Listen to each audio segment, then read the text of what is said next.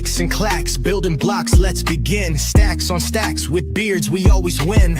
In a world of plastic, our minds spin. Brick by brick, where do we dive in? Brickin' with the beard, we never stop. Talking pieces, colors going over the top. Custom sets, landscapes, got a shop. Tunes drop, make the hobby pop.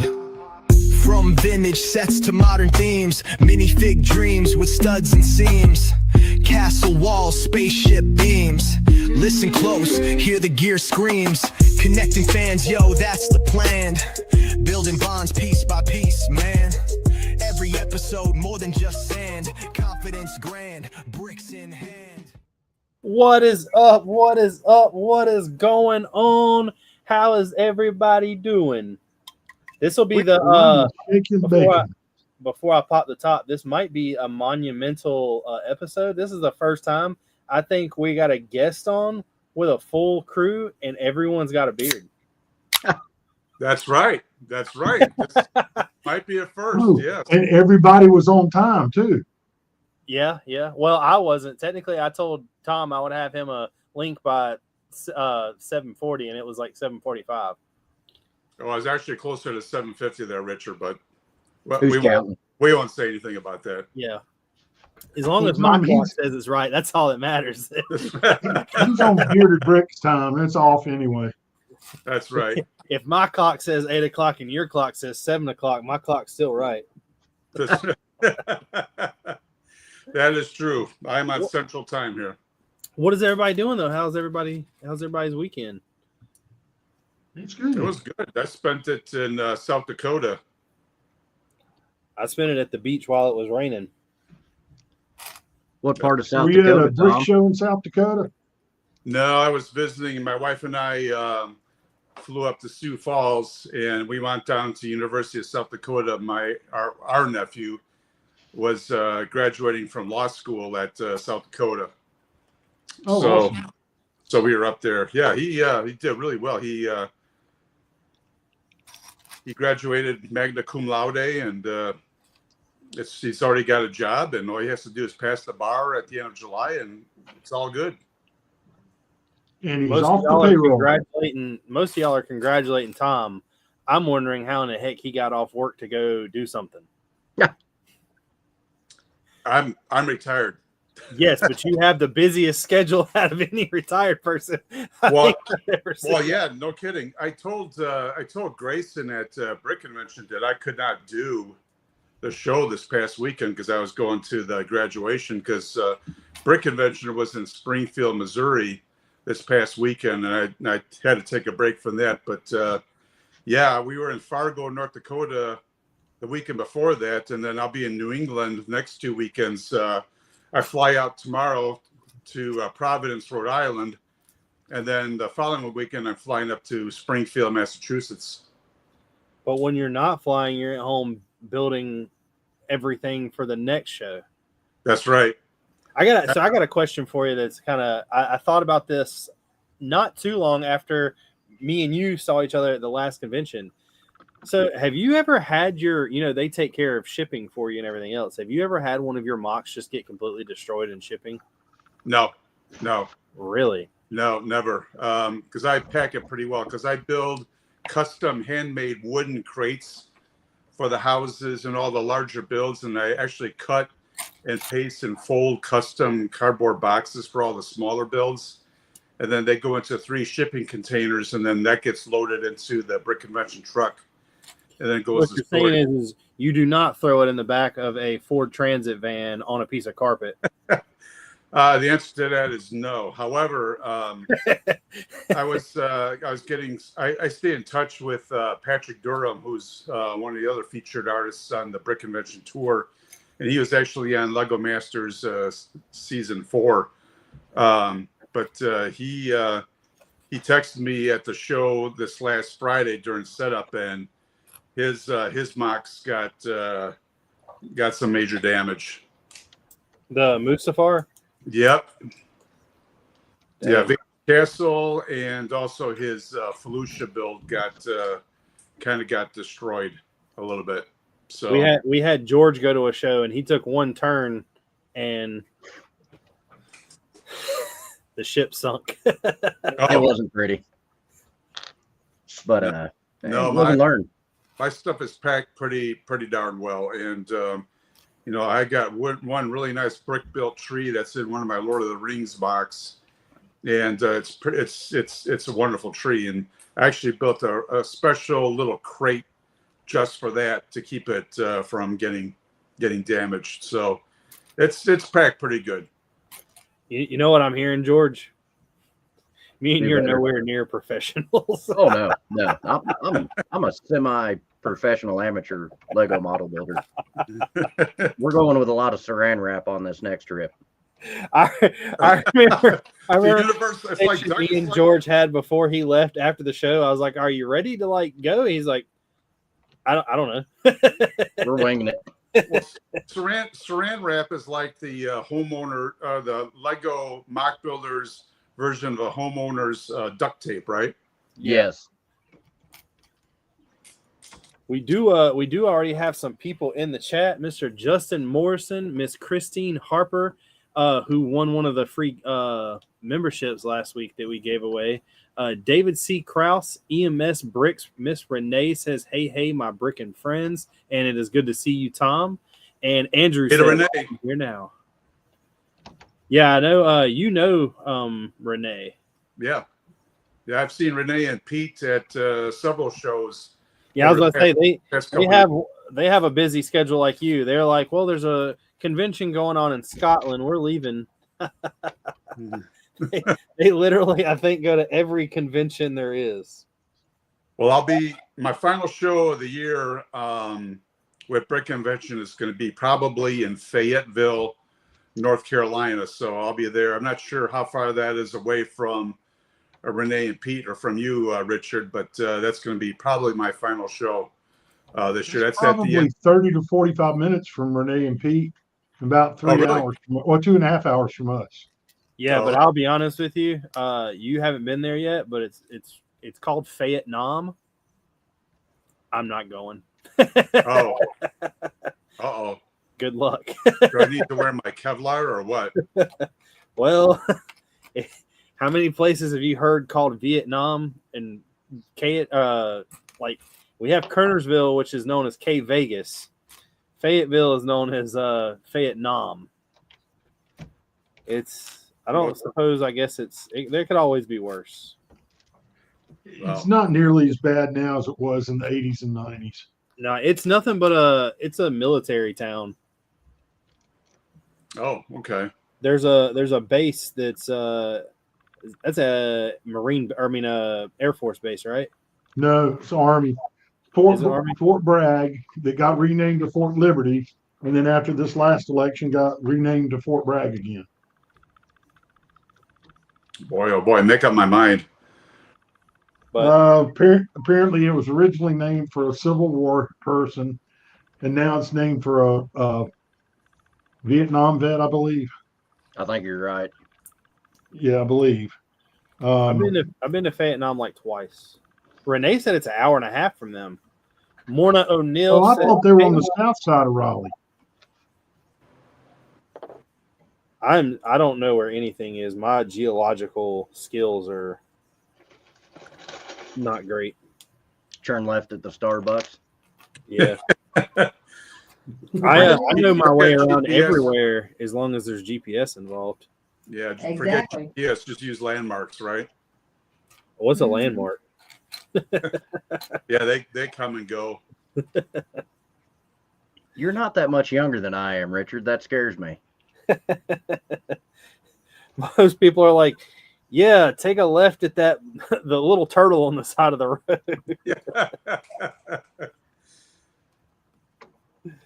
You go down to where Bubba's cousin Billy used to water his horses. Yeah. And you go about 3 blocks past that. And then that's when they tell you, they're like, well, it's near Tom's house. You know Tom. And I'm like, no, I have no idea who Tom is. And they're like, well, it's by Tom's house. I'll honestly say that I've gotten to where, other than the areas around my house, I'll pretty much use GPS. Yeah, I mean, down where I live down here, I mean, I live on this big, long peninsula and island of land that's about 50, 60 miles long. That's nestled between or sandwiched between the Gulf of Mexico and the Choctawhatchee Bay. And there's only one east-west road, and that's US 98. And to get from one end to the other, you have to use US 98. And during tourist season, the high tourist season during the summer, it is probably the most dangerous road in the country. I stay away from all that area. I go to Orlando once a year at Disney, and that's about it. Yeah. Yeah, my chiropractor said he used to live down around Orlando. He says the most dangerous road in America is I-4 between Orlando and Tampa. I live in I land from the airplane and get an Uber to Disney, and that's about it. Yeah, so you don't have to worry about it. Yeah. Yeah. Renee said, Richard Renee said, my bad, it's an hour and 10 minutes, but it takes us a little longer because we stop for food or the occasional Walmart to check for clearance. I will say that 9 times out of 10, if it's not been in my hometown and it's been a convention that I've met Renee at, we've always met at a Chick-fil-A. Oh, I love that. Amanda R says, do you use GPS to get in from work every day at the same location? I know someone that did that. No, that is not me. And then there's somebody on here, Morna. Morna is the mother of a kid that we're going to showcase in a little bit. Sweet. Yeah, Gene's not going to do his normal thing tonight. He's got a something special that I'll let him tell y'all about a little later. And then we got of course the normal mocks like always for me and George, and then I got a whole folder full of stuff from Mr. Jacobson right here at of all of his builds that we're going to let him talk about. I asked I asked Tom. I was like, what's something you would like to talk about this time? Because he's been on the show before. And he said something that I am now, I'm going to say dabbling a lot heavier than I thought I would, and that is lighting. George, are you lighting the ship at all, like anywhere? No beacons, no nothing? Maybe a few spots. I've got some of the machine guns that light up, but I may add some light to it eventually. Is it, since you have the big hole in the middle, it's pretty easy, correct? Like, oh yeah. So it's mainly a hollow structure, so running wires won't be a problem at all. I've now got the church, 4 buildings that all have LEDs put in them.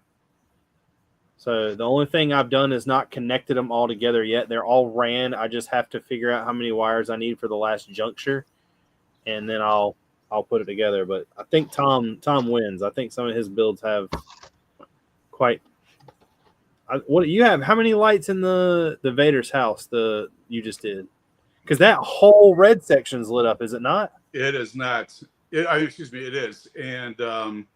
Yeah, I don't know how many fixtures I have. I would say probably, probably at least 30 light fixtures in there. Mainly 1x6 Lego plates that have the LED stuck underneath it and with a USB cord attached to each one. And sometimes I daisy chain them. I use lighting from 2 different sources. I use a company called Brickin that's located up in the Chicago suburbs, and I started using them because they were local. Because I used to live in Illinois. I've been in Florida now for the last 4.5 years, but I used to go to I used to be able to drive there and get all my lighting from Brickin there, and then I started using lighting from a company called Brix, which was a company or was a source of lighting that used to tour with Brick Convention the last couple of years, but I'm not sure what's going on between Steve, the owner of Blinky Bricks, and Grayson at Brick Convention. But Blinky Bricks has not been one of the vendors at any of the brick convention shows yet this year. So not sure what's up with that, but I've, every time I got to a show, I'd always go over to Steve's booth and buy a pocket full of lighting and stuff from him. But so those are the two sources of lighting that I've used in all my mocks. So I will say that I use Blinky Bricks for the castle, and I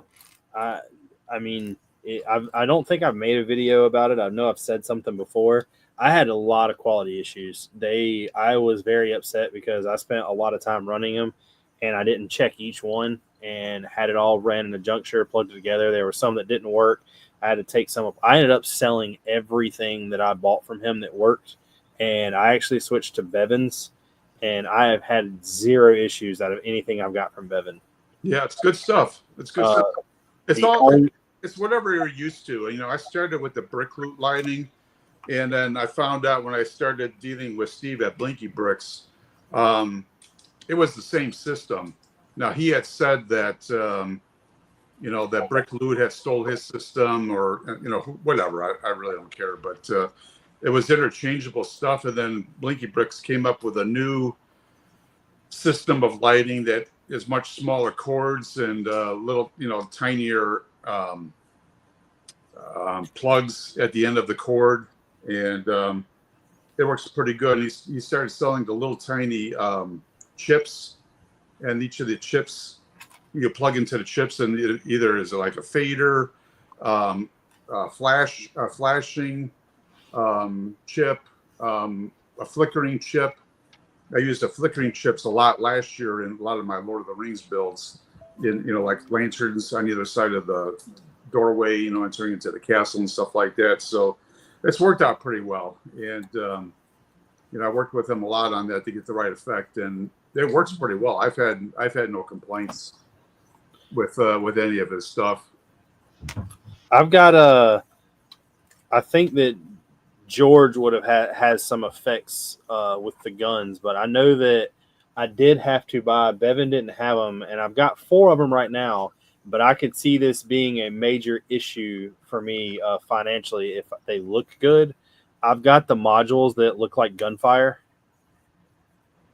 and I have a feeling that if I start using those, they're from oh God, who makes them, George?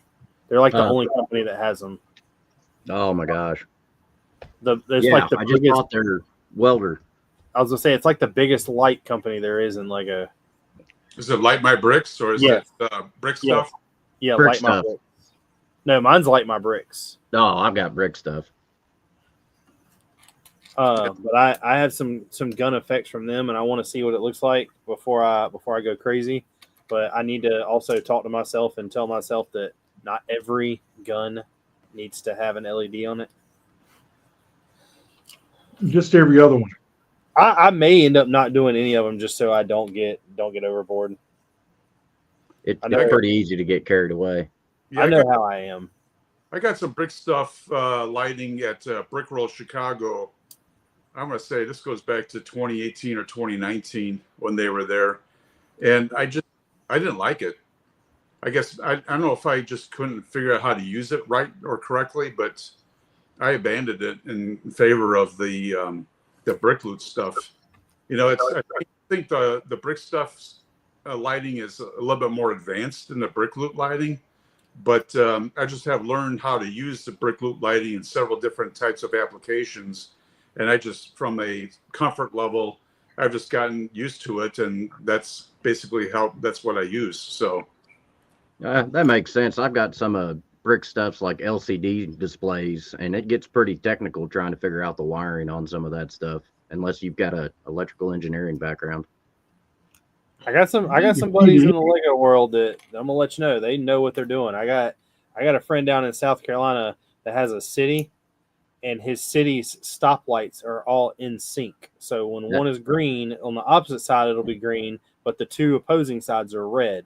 And when they turn yellow and green, the opposite turn red. Like it's wow. That's impressive.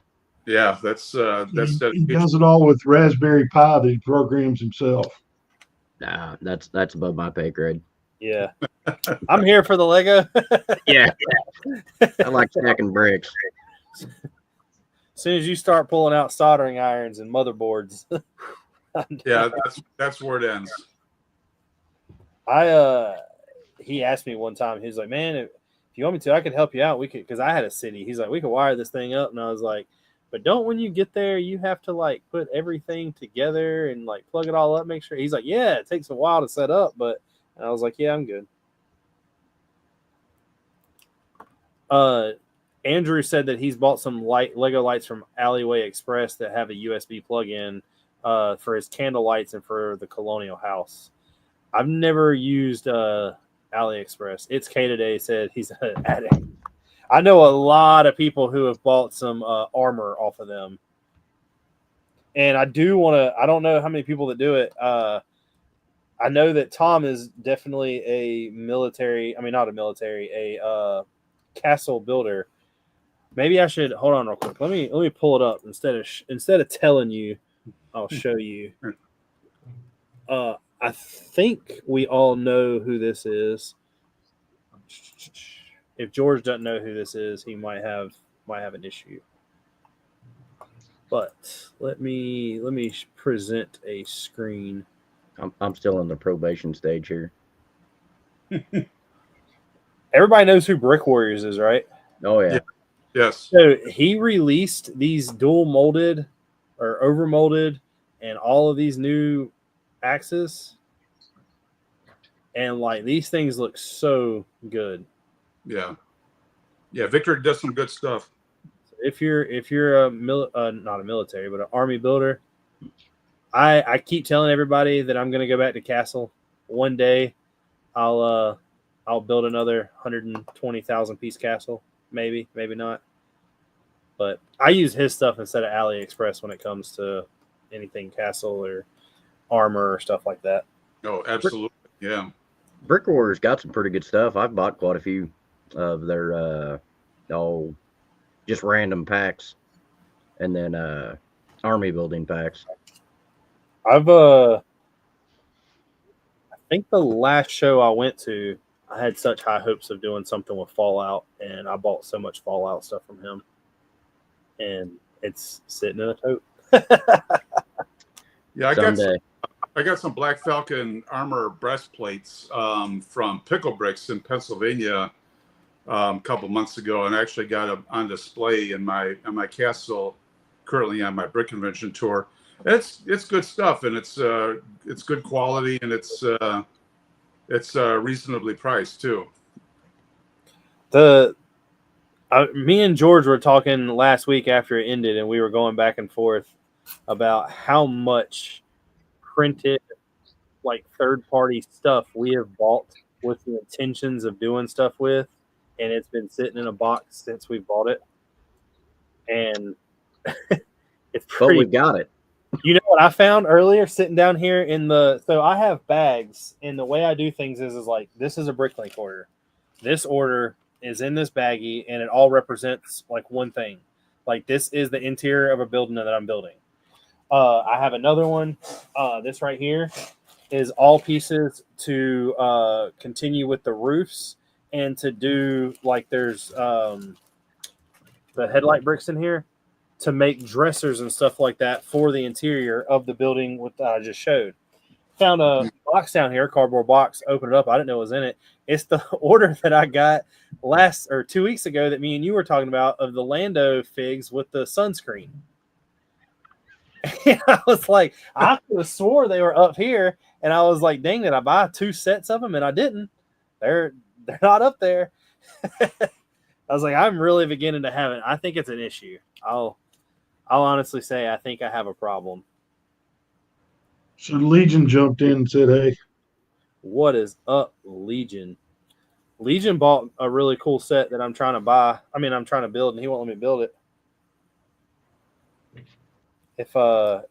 If this video gets 10 likes, I think I should be able to go upstairs and open that thing up, Legion, and build it. I'll start building it next week. How about that? George, like Why the don't stream. you go ahead and do it? I mean, what's he going to do? Get on a nuclear sub somewhere and shoot a missile at you? Well, maybe. He's on a nuclear sub. Somewhere. We don't know where. Well, he's still on Mother Earth up in Connecticut, but he'll be stationed on a nuclear sub. Not a lot of Lego on the sub, right? He said 2 trillion likes before I let you build it. That's a lot of emails I'm about to have to create. Man, I'm curious to know what this set is now. If it's 2 trillion likes to build it. It was $2 trillion. I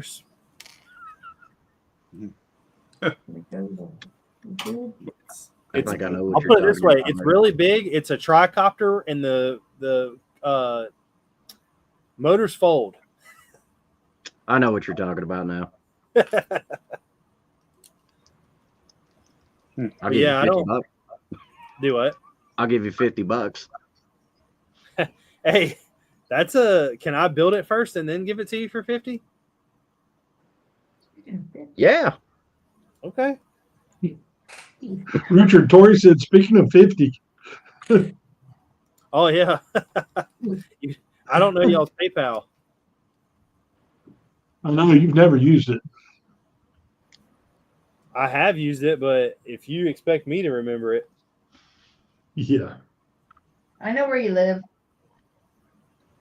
Is that a threat or a promise? I also know where you work, and that's a promise. Gene, I think your wife's trying to come see me while you're not at home. She does it all the time.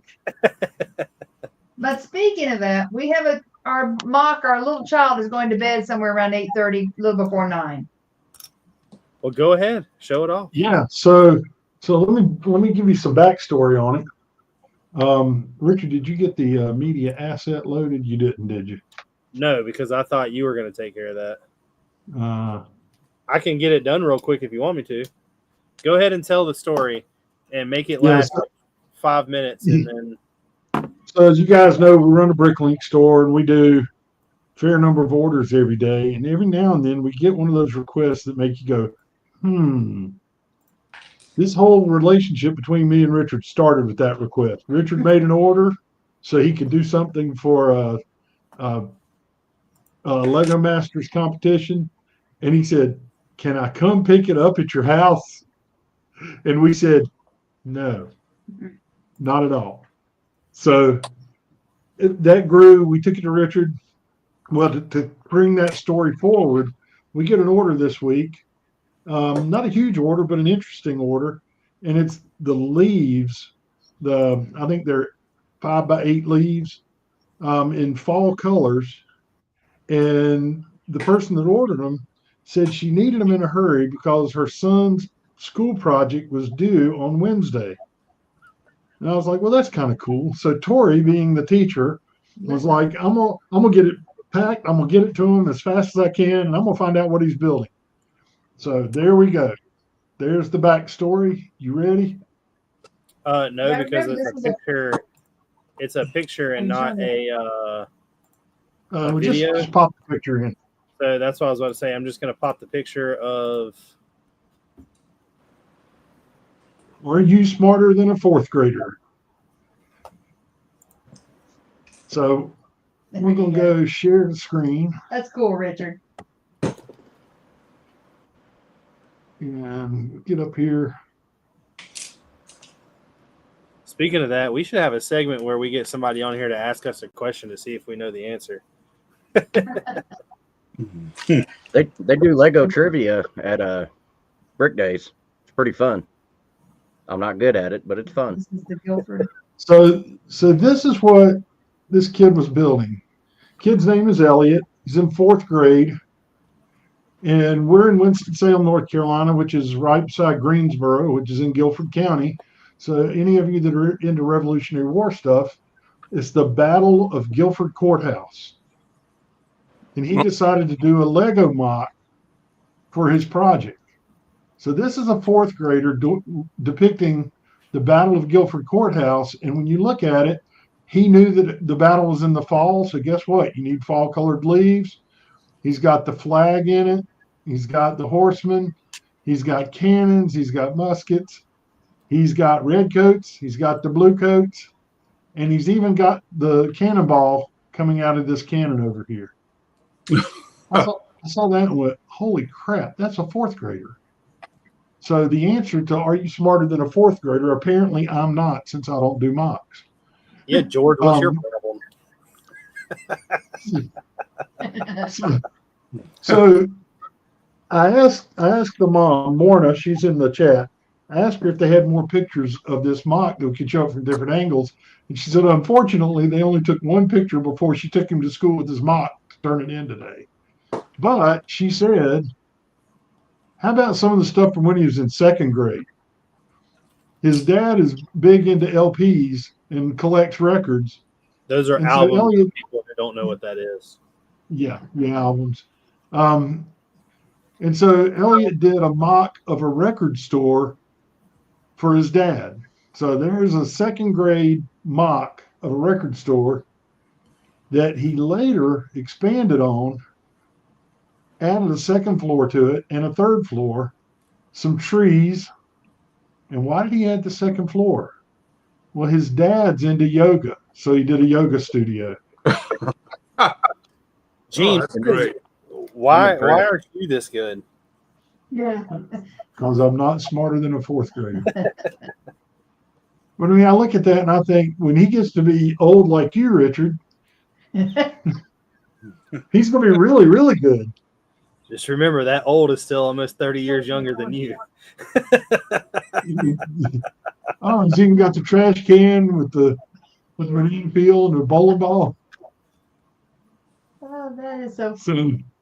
So I got a question. Is Elliot's mom still in the chat? First of all, she may be. She'll answer if she is. Because this would be. They were going to be on. Yeah, I'll say this would be a question for her and not Elliot. But I have a question if she's still in the chat. Well, I got my live overlaid. Gene still has Stone Scrolls. Do what? It's K today said Gene still uses Stone Scrolls. I do not. They're papyrus. So Morna, do you have an Instagram by any chance? If you have an Instagram, is there a way that you could message me? There is a Lego show in technically in June. There's one. It would kind of be a short notice to see if I could do it for sure. But there is one in October in the Greensboro Science Center, and there is some legalities of him being that young. You would have to pretty much be there with him, but I could possibly get him to display at either one of those shows. One's in Raleigh the last weekend of June. The other one's in the first week of, it's like the October 10th weekend in the Greensboro Science Center. And I may or may not have the ability to get him to be able to display if he would be interested in that. But you've also got the possibility of needing a non-war themed display for the opening of a new store too, right? No. Yeah. That's gone? Okay. Well, that is out of our hands. Okay. All right. So I'm gonna move on. In addition to improving on the record store, he had to do a project that was the biography of the guy that found King Tut's tomb. And so here is his depiction of finding King Tut's tomb. Great use of pieces, great use of Indiana Jones printed pieces. Wow, that's great. And this is what, a fourth grader? Mm-hmm. At this point, he was before fourth grade. I think she said he was still second, third grade here. Wow, that's impressive. That's very It was nice. in second grade. He did. Yeah, he added a second grade. He did a Lego build on the discovery of King Tut's tomb. Wow. by the archaeologist Harold Carter for a biography project. That is so cool. I wish I was smart enough in the second and third, fourth grade that every time the teacher told me I had a project to bring a Lego. Yeah. She said this one was fun because he was able to reproduce an old piece from the Johnny Thunder set as well as some Indiana Jones pieces. I mean, look at all the gold and stuff on the floor. Yeah. I mean, you look at that and you can imagine that being King Tut's tomb real easily. Yeah, absolutely. I hope he got an A on this. If he didn't, find me that teacher's address. Right. I'm guessing this is the guy that found the tomb. That is so clever. I'm almost 40 years An old. Egyptian archaeologist built with a hidden tomb and played features like a trap door. Oh yeah, that was in. That's on the back of it, isn't it? Well, the hidden tomb down here. Okay, that's the hidden tomb. Yeah. I thought you had somebody that fell into it or something. I thought you showed. No, I think that was something else. Okay.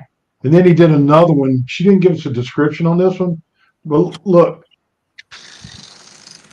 tree, rock work. Does he want to come to Winston-Salem and build about 50? Honey, he lives like 4 blocks from the house. He lives 1 block from my dad. Yep. Does he want to come build about 50 trees? You I'll probably fly talk him into into it.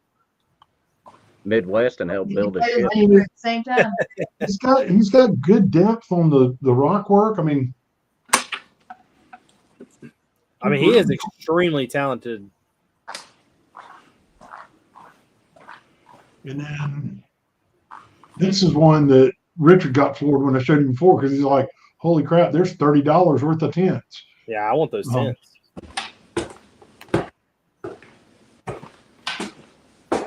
So here's a desert scene that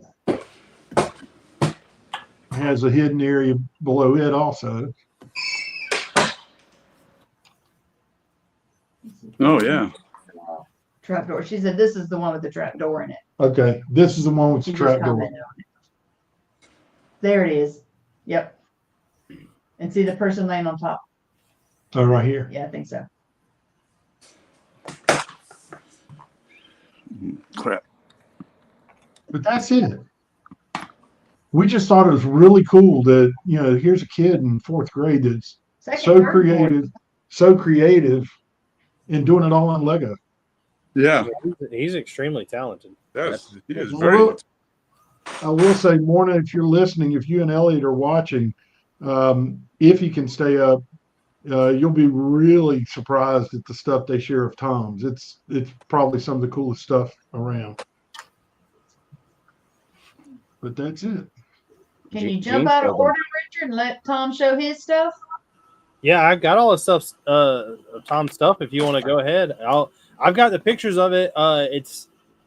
It's in an order that you sent emails to me backwards. Okay. But I can load them up. Hold on real quick. Let me. Yeah, no problem. Now my mom's on tonight because she wanted to see the Elliot's build, so that was pretty cool. So that's who Genevieve Ellis is. That's my mom. I feel like the stuff I brought tonight, Gene just made everything I'm going to show look like a newborn did. I didn't do it. Elliot did. But isn't that a great feeling to realize what talent is coming up? From just little kids like that. I'm impressed. Oh, I'm impressed. Yeah, he's got a 50-year head start on me. So all of these builds are from Mr. Tom. I will. He does have a bunch of channels everywhere under Arc Brick Studio. If you don't follow him, go follow him. Tom, I'm just gonna click through these pictures. You talk about it, and when you want me to go to the next one, just tell me to go to the next one. Sure. Okay, this is this house. Well, again, just to kind of give a background to everybody on the show right now. I'm originally from the Chicago area, and as such, my wife and I both are big, huge fans of Frank Lloyd Wright architecture.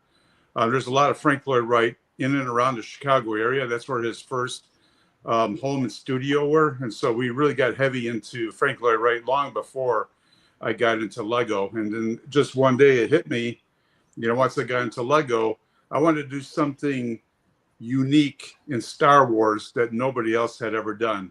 And the idea just kind of came to me, what if Frank Lloyd Wright lived in the Star Wars universe? And what if certain Star Wars characters had hired Frank Lloyd Wright to build them a house? What might that house look like? And so that's kind of the backstory to this whole thing. And so, all these builds that we're going to be talking about, these are all my Frank Lloyd Wright Star Wars mashups that I've done over the last couple of years. I've done 8 of them. I'm working on number 9 as we speak. This one right here is number 7. This is the Padme Amidala house. Again, if Senator Padme Amidala had asked Frank Lloyd Wright to build her a house on Naboo, this is maybe what it might have looked like. So it's Frank Lloyd Wright style. This build is kind of patterned after the Frank Lloyd Wright Unity Temple in Oak Park, Illinois. But I tried to incorporate all the colors associated with the building colors that you see in the movies, in episodes 1, 2, and 3 on Naboo, with the dark tans and the sea and the sand green roofing that you see on the movies. And so I incorporated those same colors into this build here. So you got the Frank Lloyd Wright style with the sharp angles and all that, and then with the sand green roofing on it. I've got the courtyard there with the mosaic tile in between the two wings, and then in the courtyard there, I can't really see that in the picture, but you've got Padme and Jar Jar Binks are welcoming Senator Bail Organa to the house. So before you go on, Tom, I got 2 things I want to share also. Tori and I are huge Frank Lloyd Wright fans. We travel all over the nation hitting every Frank Lloyd Wright structure we can. Sure. Well, let's be honest, you don't hit it. You know what I mean. Yeah, so the Unity Temple is by far my favorite structure that Frank Lloyd Wright's ever done. And there's a lot of reasons. But Richard, if you zoom into those stained glass windows, the thing that I saw at the Winston show is one of the most impressive things about this building in real life is Frank Lloyd Wright did this as a cast-in-place concrete building, which meant that all of those columns had to have negative molds made that were removable and leave that detail. So when Tom modeled this, not only did he put the columns, but he put the detail at the top of the columns, just like he is at Unity Temple. One of the most impressive things about that place is sitting inside the building, looking outside the windows at the back side of the columns and seeing that level of detail that Tom's got in this. The other thing, Tom, Morna, the mom of the kid we just highlighted, she just put in the chat, looks like Elliot has some competition. We saw Tom's builds at the recent event in Winston-Salem. I'm a Midwesterner and an art history professor, so I really appreciate the Frank Lloyd Wright references. If y'all came to the Winston-Salem show, me and Tom and Gene were all there. I was set up in the very back with the military build that I've been working on, and then next to the Winnie the Pooh. Yeah, and the Winnie the Pooh. Right. Tom had the spotlight of you walking in the door, and Tom was there. You want me to go to the next one? Sure, go ahead. Yeah. So that's number 7. Now this is my favorite. Yeah, this is my favorite as well. This is number 8 in the series. So this is the Darth Vader house on Mustafar. Mustafar is the planet that Darth Vader got his legs chopped off on by Obi-Wan Kenobi. And then, in the movie Rogue One, and then later in the Kenobi series, you see Vader's castle on here on the movies. And so on Mustafar, everybody knows that Mustafar is the lava planet. And so now I decided to have Frank Lloyd Wright build Darth Vader a house on Mustafar, and I kind of dubbed this his summer house in case he wants to get away from the castle on business or on recreation, get away from business at the castle. So this is kind of his summer home on Mustafar. So as you can see in the build there, I've got it. I've got the river of lava in between the two halves of the house. People at the shows have said, "Oh, this is instead of falling water, this is falling lava." I said, "Absolutely." So you've got the main house there, which is in two sections, with kind of the bridge section that goes in between the two sections, and then there's another bridge that goes over the entrance on the left half of the house that goes across and then connects to another module. Then I've got the landing pad on there where Darth Vader's TIE Advanced fighter is situated on the landing pad there. The lava is lit with 2 rows of LED lights that go along both sides of it. The lava bed itself is made up of 2 layers of trans clear brick, and then on top I've got a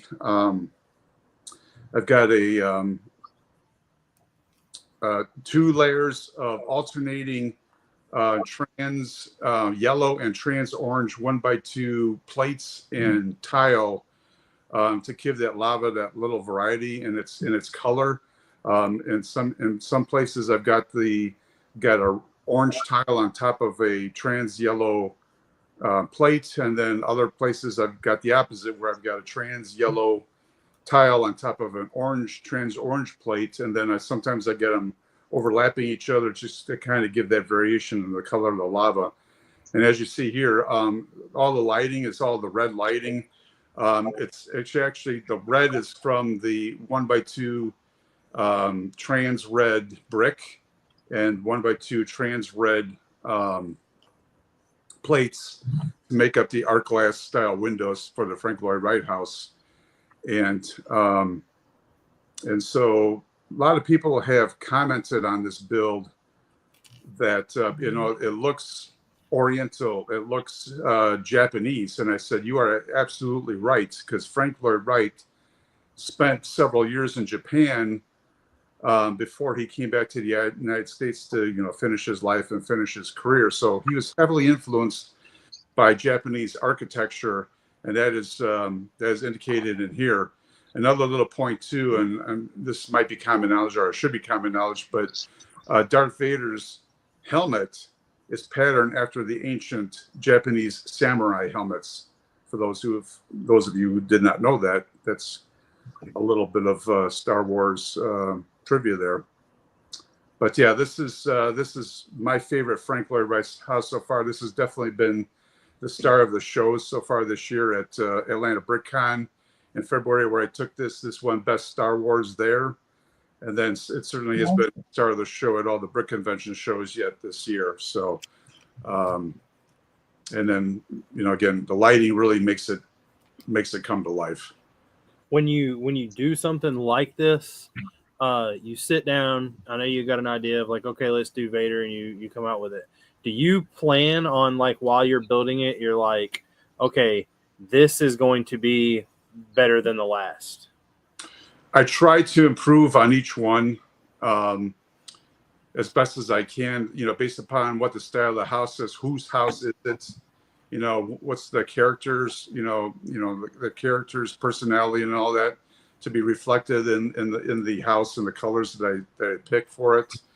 So I certainly try to improve on each one. And as I'm building number 9 right now, it's like, God, how the hell do I, how the hell do I better myself than what I've done on the Vader house? It's just. So that was going to be my next question. Does that mean that this right here is the unbeatable one? It could be, but the number 9 that I'm working on right now, it's gorgeous. And I sent pictures of that. We'll take a look at that, at the end here. But yeah, I'm working as best as I can to make the current number 9 house live up to the standard that I set for myself with the Vader house. One of the things too with my builds, you notice this, that I kind of frame each build. I build a black base, and then I have a 2x2 black tile border going all the way around to kind of frame the build, kind of like it's a, it's an architecture presentation or a frame presentation rather than just a mock sitting on a base. And then to add a little bit more style to it, I have the name of the mock engraved in Brix. I use Studsville Engravers, who's in Ohio. Tim Allwine, good friend of mine, he does that. So I have that engraved brick in the base too, and then I have the Star Wars tile there, printed tile, and also one of the things that Frank Lloyd Wright has done with houses is that a signature orange tile.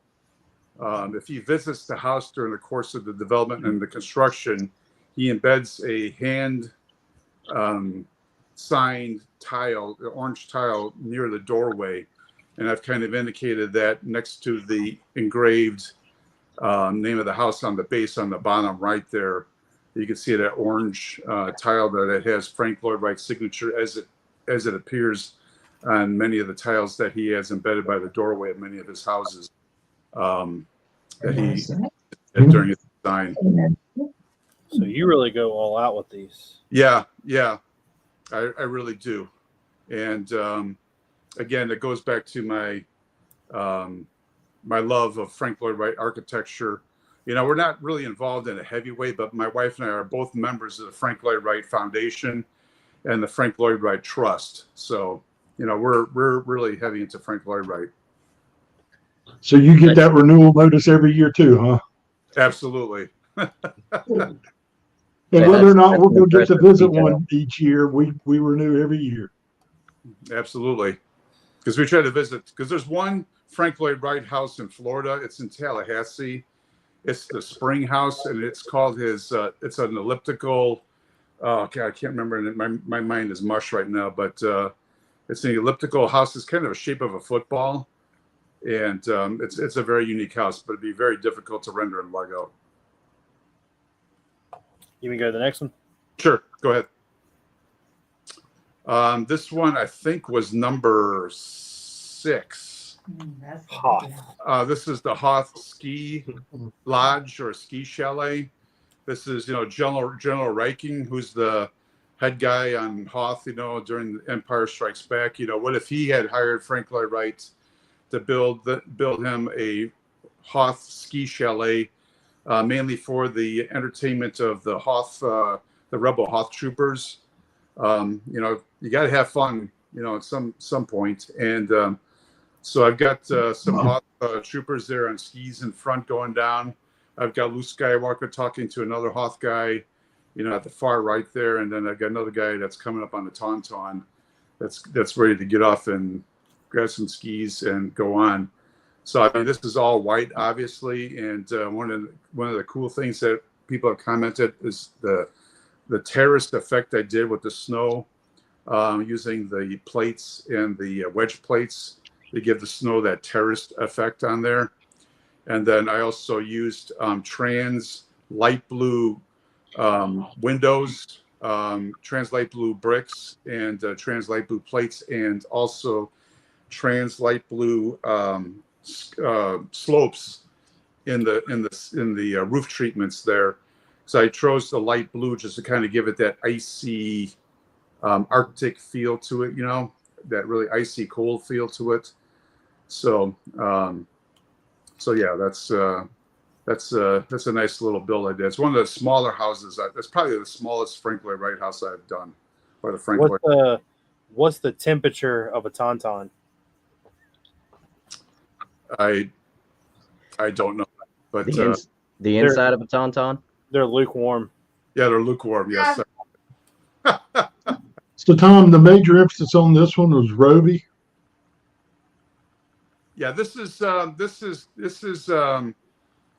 loosely based on his prairie style house with a little bit of Usonian mixed into it. I can see that. I'll go to the next one. Yeah, Nice. Okay, this was number 7. No, this is number 5. And this is the Wedge Antilles house on Endor. So after the Battle of Endor in Return of the Jedi, Wedge Antilles asked Frank Lloyd Wright to build him a house on the Endor moon after battle on Endor. So anyway, this is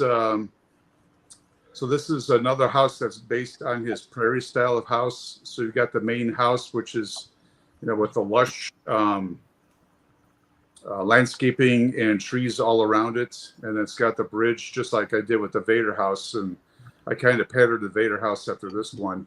So you've got the bridge that's going off the base of the main house going to a landing pad, and I've got his X-wing there parked on the landing pad, and you can't really see this picture here, but there's a Wedge. I've got the Wedge minifig crossing the bridge with his briefcase, heading to the X-wing to go on some mission or go to lunch or go meet Luke somewhere or something like that. But so yeah, this is mainly a tan house with red, with red brown trim, and then I use for the lighting. I mainly used trans yellow brick and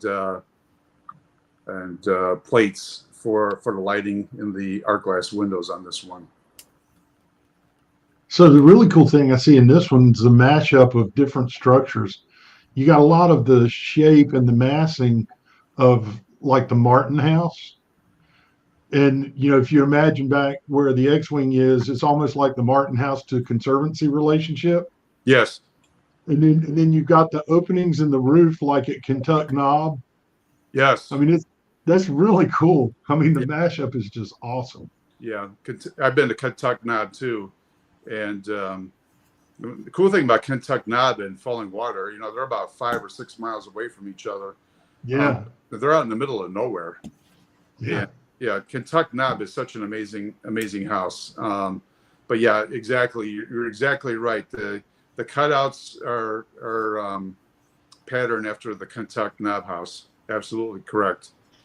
And if y'all are wondering out there, this is the part of the show where me and George know nothing. So Tom, I've got a little bit of cheat code going on. I fell in love with Frank Lloyd Wright when I was like 4 years old. My dad's oldest brother went to school under Frank Lloyd Wright at Taliesin. Oh, he did? No kidding. Yeah. For about a year and a half, and he came down with the MS and had to pull out. Oh, so Taliesin up in Wisconsin? Yeah. Well, he was at Taliesin West. Well, he did both actually, Taliesin and Taliesin West, but he ended up staying in Arizona. Oh, okay. For health reasons. For health reasons. Yeah, of course. So, okay, so this is number 3 in the series. This is the Owen Lars house. So Owen Lars is Luke Skywalker's Uncle Owen. What if Uncle Owen asked Frank Lloyd Wright to build him a house on Tatooine? You built this wrong. It would actually just be a bunch of rubble. Yeah, but it was so it's a house on Tatooine, and this was on the Brick Convention tour in 2023, and I built this in the late fall of 2022 actually, and so I took this on the Brick Convention tour in 2023. Then I brought this particular build to Brick World last year. Because I wanted to bring it to Brick World the year before, but Brick Convention kind of got in the way. So this is the Owen Lars house. This is a combination of Frank Lloyd Wright's prairie style house and also what he calls his Usonian automatic style house, based upon the style of the windows. And so what's unique to this house, it's all tan, dark tan, and then it's got the tan, the terrace tan, and medium nougat landscaping around it, and some dark orange rocks and stuff like that. It turned out really beautiful, and the lighting just turned out beautiful. And then the the carport on the far right there. Luke's land speeder is sitting under the carport, and you actually got a couple of Jawas there that are, lustily looking at his and got their hands on Luke's land speeder there. But it's all trans orange lighting, trans orange brick, and trans orange plates in the art glass design on these houses here. And this house actually won Best Large Building at Brickworld Chicago last year. So I'm very proud of this build, and obviously everybody was very impressed with it as well. So very nice build, very clean build. The edges on this house, I used the rounded off, I don't even know what the name of those pieces are, but it's the rounded off edges on it. Come on, Gene, you're the Bricklink guy.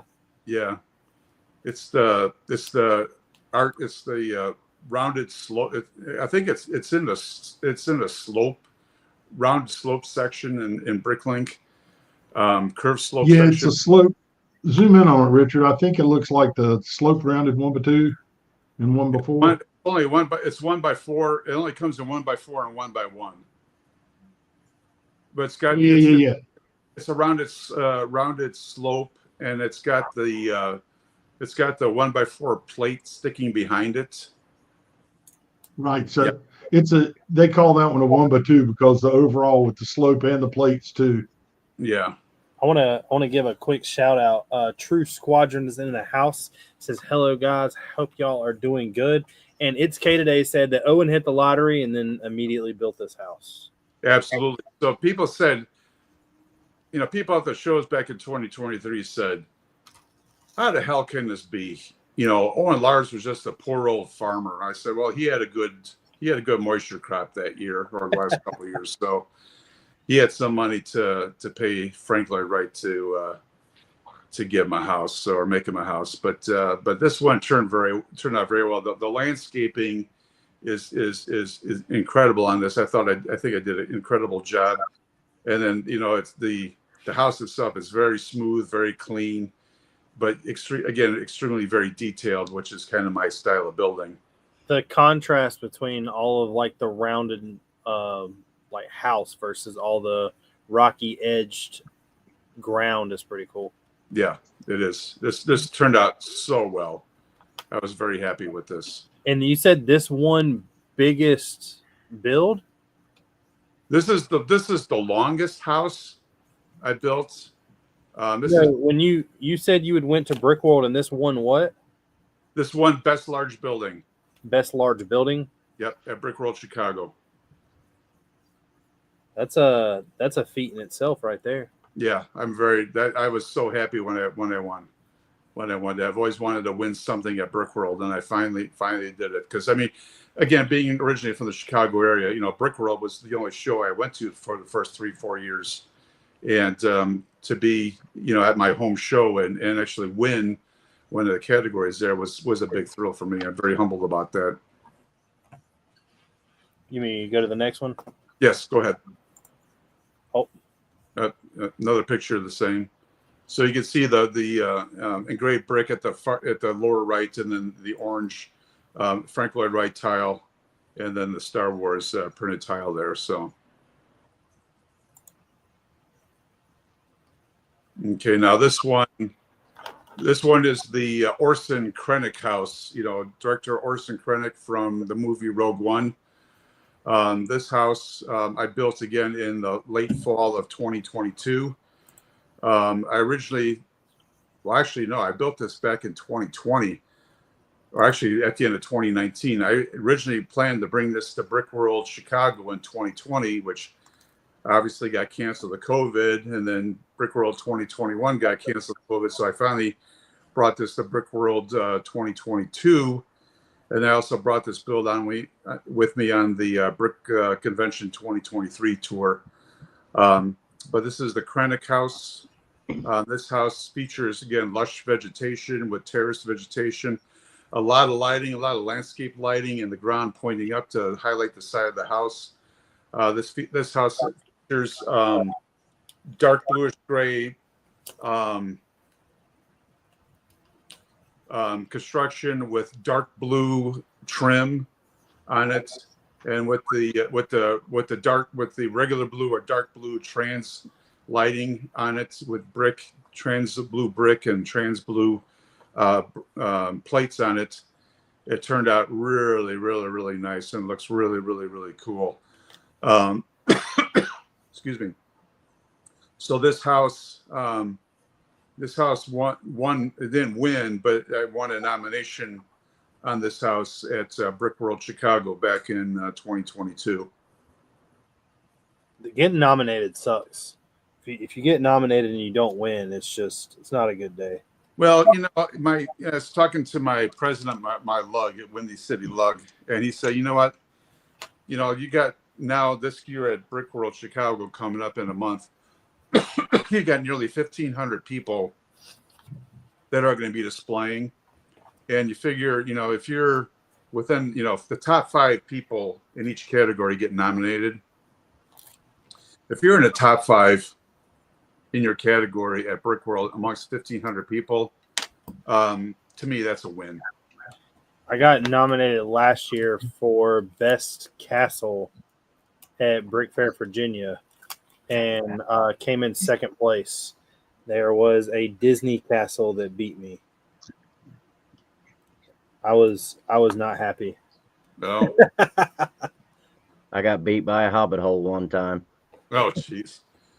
But I've been second place many times. So this house is very similar. I think I might have taken another picture with another view of it, but it's hard to see here from this angle. But it was originally 2 separate builds with there you go. So you got the there's another bridge leading from the main house to the landing pad, and then the landing pad's got Krennic shuttle on it, and I've got trans blue loops on each of the 4 corners of the wall surrounding the landing pad. And I've got 4 spotlights that are hinged on each of the walls, shining on the ship. I mean, I built this mainly for the World of Lights at Brick World, and it looked really cool. But originally, it was 2 separate bases, and my son told me you need to connect it, so I did.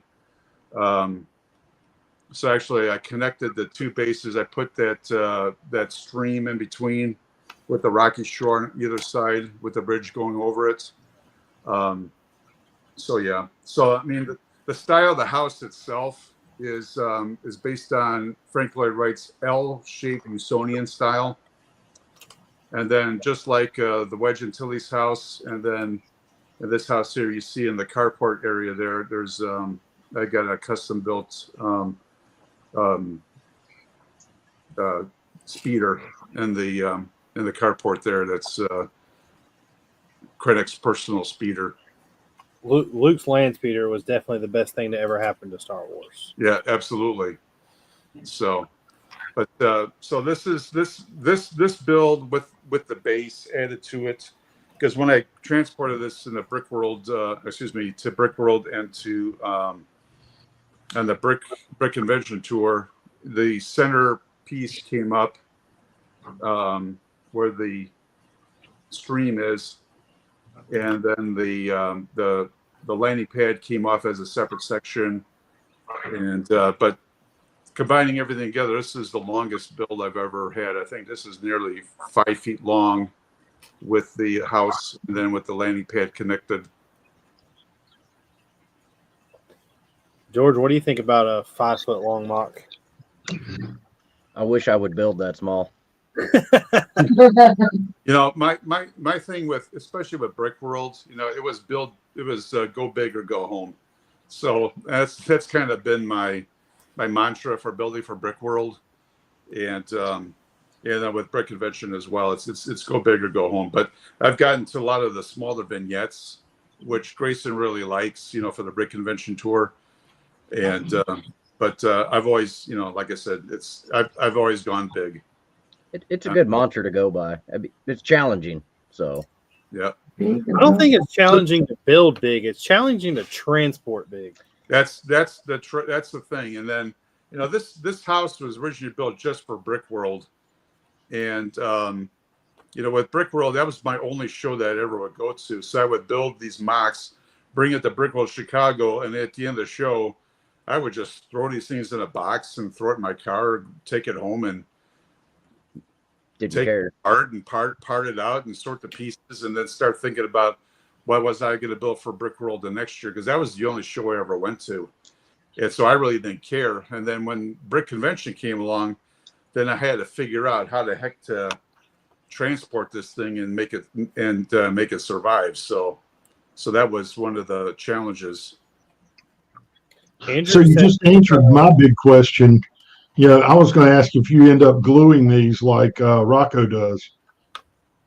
No glue. I will honestly say, and it's nothing against him, but Rocco is the only person that I know that glues mocks together. Yeah.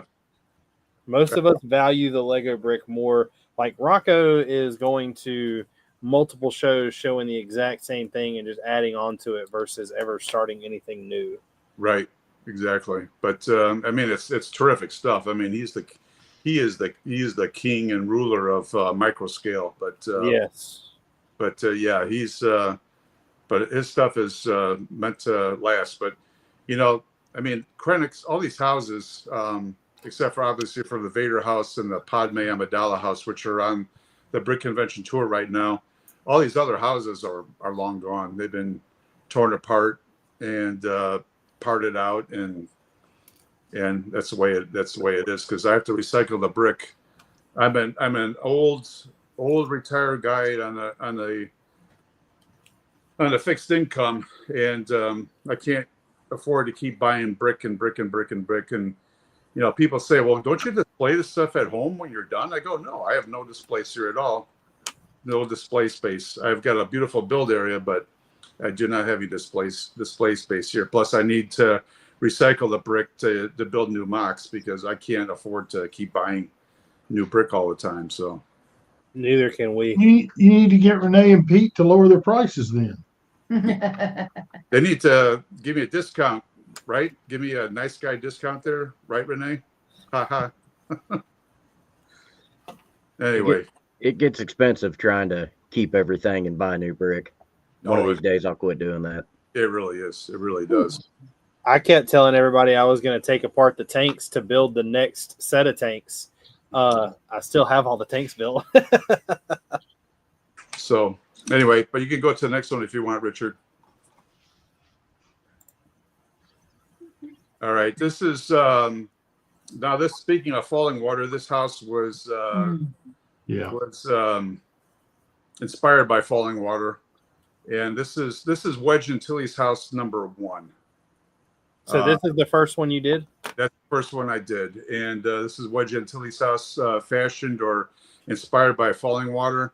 So, you know, it's got the terrace, you got the waterfall, the 3-level waterfall going next to it. You know, the whole build goes from, you know, lower to high to the back. So the house itself is on 3 levels. And you got the 2 terraces that overlook the waterfalls and the water there. And you got the speeder tucked into the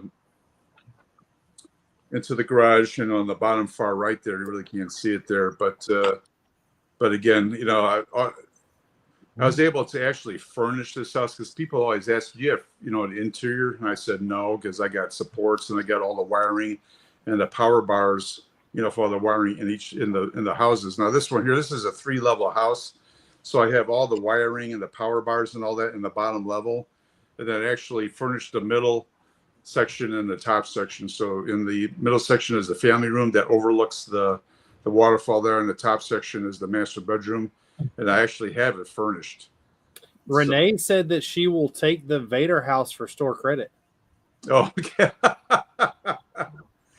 I've had a couple offers for the Vader house this year, and they said, how much, if you were to sell it, how much would you be asking for it? I said, it's probably in the neighborhood of $16,000 to $18,000. I really figured it'd be more. That's when they walk away. Yep.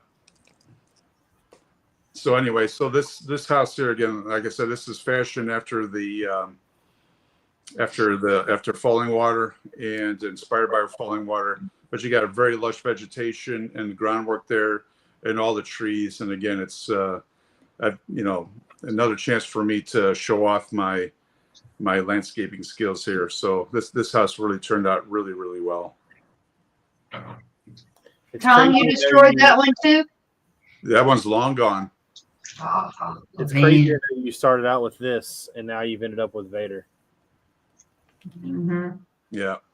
Yep, this is long gone. I actually had an offer. A woman down at the Mobile, Alabama show offered to buy this when I was done, but I wasn't interested in selling this one, so I did not return her inquiry. So Tori would have paid you anything you asked for that one. That was the first Frank Lloyd Wright building I ever took her to. Well, Tom can rebuild it. I have one built, and I have one set not built of it.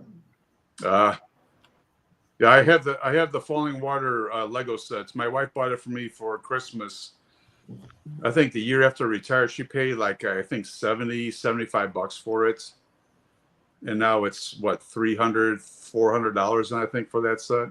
Oh yeah. It's crazy. Tori bought that for me for my birthday one year, and when I took her to Falling Water, she started falling in love with Frank Lloyd Wright stuff.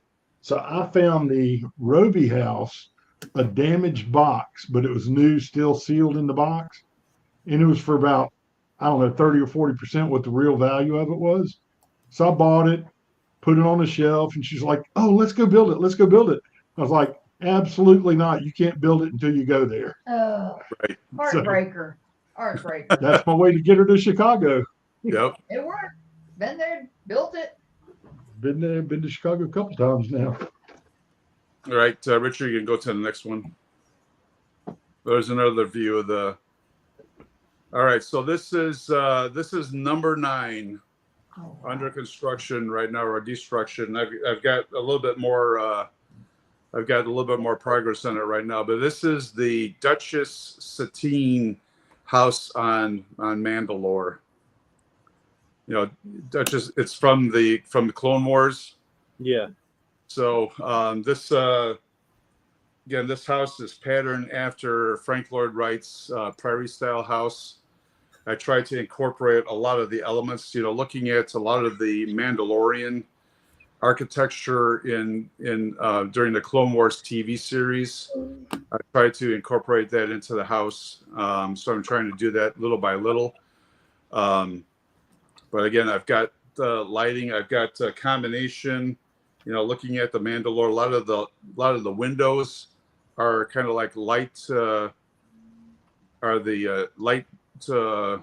blue, trans light blue color in them. So I incorporated a combination or a mix of the trans light blue and the trans blue, both brick and plates into the arc glass windows on this one. And then I've got the trans light blue tile on top of trans clear brick in the pool. And I've got this the first pool you've built? No, there's actually you couldn't see it on the Krennic house, but I've got 2 lighted pools that were in the back. The back of the Krennic house was really, really cool. And I'm sorry I didn't send you any pictures of the back of the house, but the back of the house of the Krennic house is really gorgeous as well with the 2 lit pools that I had put behind that house here. But yeah, this is so I've got the landscape lighting outside the fence, you know, lighting the fence, you know, with the blue on that. So this is really turning out gorgeous right now. I've got a lot more of the roofing done. I've got the upper level done at this point in time, and I've got all the tile work done, all the art tile work done on the around the pool, and then the entry areas, and then in the garage, or actually I call it the driveway area there. Are you going to be adding a diving board? No. So Tom, it's K today says you need to go a little slower on the pictures. He said I'm busy trying to get my chisel out to make stone pictures. Gene, You can nobody's tell I calling get you picked on for being old. an old guy. Nobody's calling you old. But you do, honey, have the most hair of the four of them on your head. Combined. On your head. Oh wow. Just saying. Had to go there. I know. That's a personal stab. Well, tonight's show's ended. Sorry, George. So I think there's another one there, Richard. I think I sent another view of the house. There we go. Now more of the roofing is done. The second level is up there. So more of the trans light blue and intermingled with the trans blue and the art glass windows on the top layer there. In the top windows of the top level, and one of the things I'm struggling with is the color of the vegetation that's along outside the walls there. And this one here, I've got dark green, but I think I don't like the look of it. I think I'm going to either change it up for a regular green vegetation, or I'm going to go with a bright orange vegetation on it, since I've got the tan groundwork there. Dark green is one of my favorite colors, but I do agree. Orange would like pop right there. Yeah, I think the bright orange would be better. I think Yeah. because with the rules from my son's art school, since my son is a professional graphic designer, you have to temper the cool colors with some warm color, and there's way too much cool color there with the light blue and the dark blue trans in the windows. So I think I need to put some warm color in with the vegetation. With the I totally agree with you guys with the bright orange vegetation outside. I think that bright orange would look really well. Yeah, I think so too. With the tan groundwork there. Because I tried to mimic looking at a lot of pictures from Mandalore from the Clone Wars series, and try to get some vegetation concepts and pictures. I saw a bunch of pictures that had the tan colored groundwork, so I'm going with the tan groundwork there.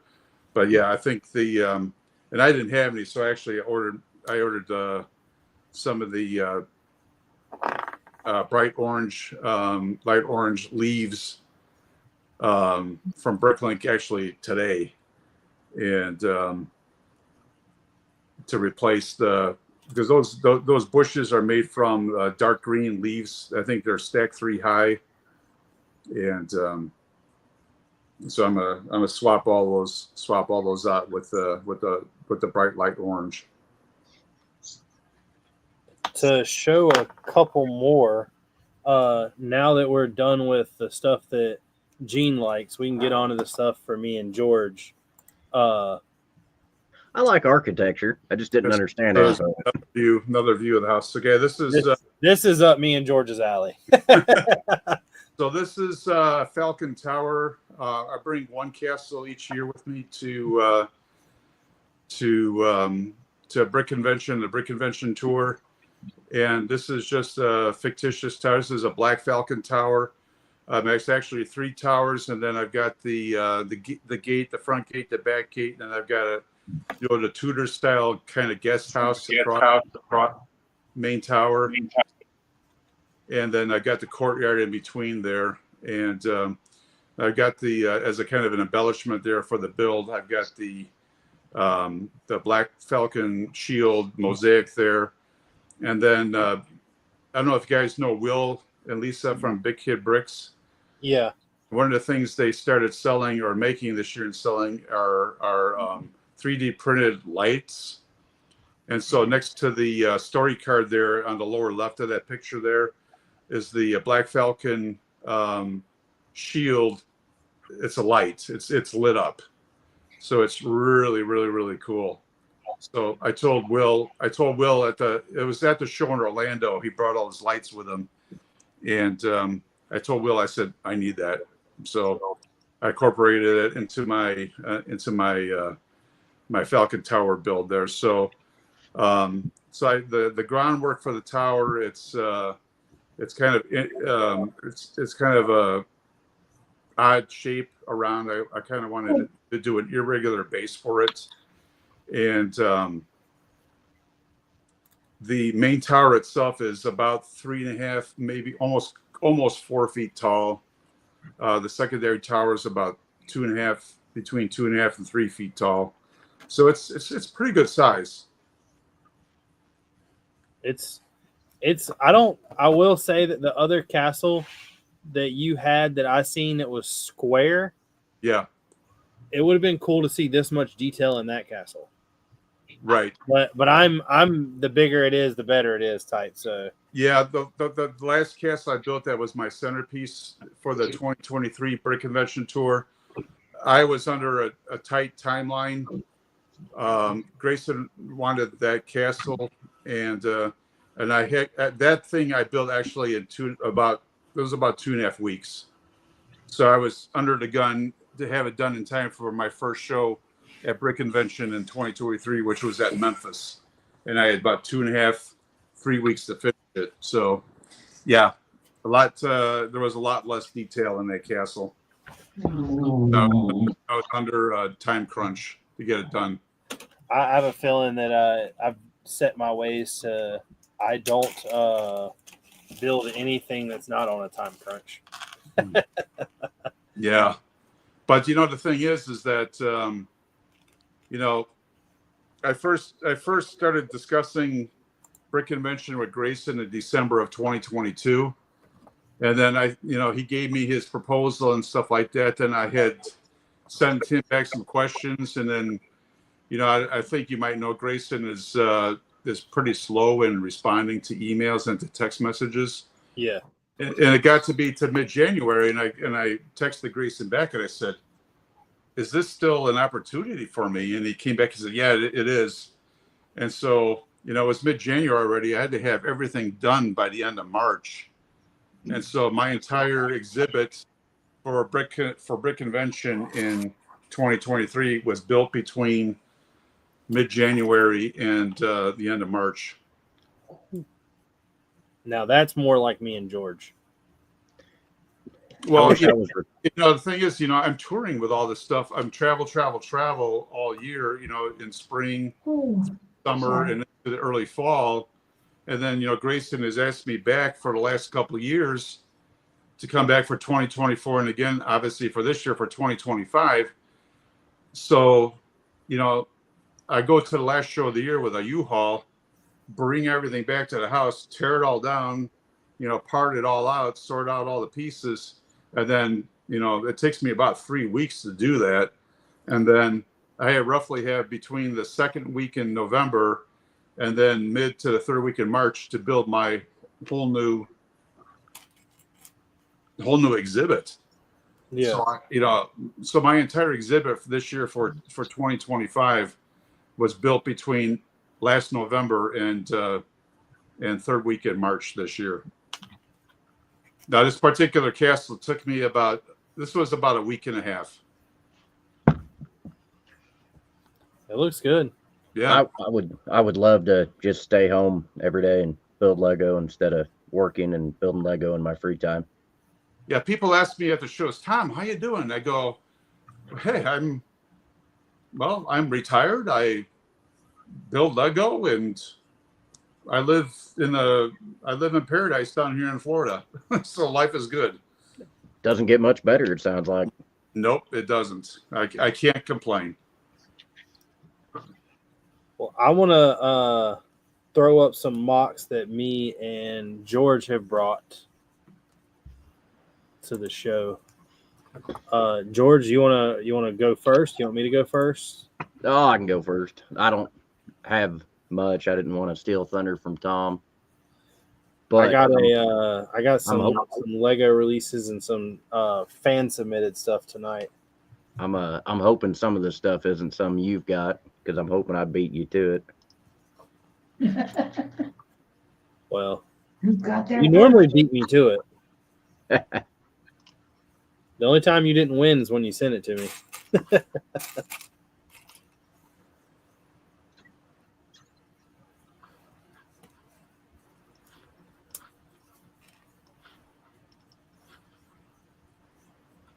Sharing. It's the Phantom Mock. Yeah, I'll say, George, you just got to click the share button, buddy. Working on it. Oh, wow. That's cool. So, I like that one. man, I thought the guy's name was on this. Is that the Viking ship? That's a Viking shipyard. I think it's on Lego Ideas, if I read it right. But You went to my fallback. Nope. I found it on Instagram, but it was 4 ideas. So I love Viking stuff, and I wish Lego would do more of it. Yeah, I agree. Viking longboats, longhouses, Vikings. Just Those things I sold the long boats. No, what are those things? That looks trying really to- good. Oh, think I've got a photo on it. Here we go. I mean, it's breaks down, got a lot of play features inside. It kind of reminds me of like the Viking version of the Barracuda Bay. Yeah, I can see that. Oh, yeah. Right. But it looks really well done. Yeah. There's those leaves you've always been trying to find, Richard. Yeah, that's the style tree I'm doing. It's just mine's much, much bigger. I like how he's got the wooden rails so you can push the boat off into the water when it's done being built. Yeah. It's always cool when they actually build like the realistic feature to whatever it is they're trying to show.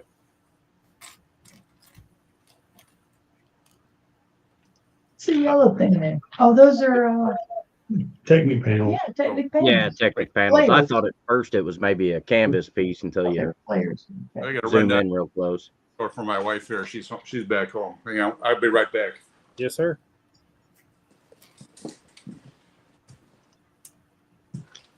But yeah, I mean, looks like a foundry or a kitchen upstairs. Got some fish cooking. Not quite sure. Little armory, maybe a bedroom. The only thing I like about mocks versus the stuff that goes on Lego Ideas is the people that put stuff on Lego Ideas have to realize that they have to build it a certain way that if Lego were to choose it, they would use it. Like, it's not going to be as detailed. Yeah, say if they do choose it, they're gonna Dumb it down. cheapen it up, dumb it Yeah. down. I would love to see like that build right there done at someone's actual ability. Yeah. Here's I think they called this a vampire mortuary or something from a Noldor Lego on Instagram. That looks really cool. I like the I gradient. I love the colors, Yeah, those colors are awesome. and I've got a I like the better archway. close up of it. Back. There's a lot of interesting techniques going on here. What's this one, Richard? It's a mock that he found from A vampire mortuary. Noldor Lego. Yeah, I've seen some of his stuff on Instagram. I don't follow him, but some of it pops up every now and then. That's really good. I like the rock work he did here, the little water aqueducts, and he's got studs going every which way. The Bat Lord that he used. I got a close up. But I like the use of the candlesticks here for the columns, how he did the arch. He has hot dogs for the door. Hot dogs for the door hinges. Man, that's a plus. Yeah. Good wrought iron use there. Andrew said the other one you had, Sean, it has 10,000 votes for Lego to approve. There you go. Yeah, I'm not familiar with the helmets, but It's so back in the day, whenever they came out with the knights and they were trying to like revamp them, they basically released these guys, and I think its name was Balin or Baylor, but it was basically the Vampire Knights, or what they were called. Huh. Must have been in my dark age. It was a CMF that like left a lot of people wondering why it never got created. Yeah. Here's a closer picture of all the gradient in the color he's got. That's well done. There's brick everywhere, like every which way. I would love to have the patience to do this. No, you wouldn't. I tried to do it. I've got it on 3 of my buildings, and it's not fun. It's beautiful though. Yeah, it's gorgeous, and the lighting too behind it. It's great. So it's dark red to, or is it dark orange to? I guess medium nougat. Yeah, Looks looks like medium nougat.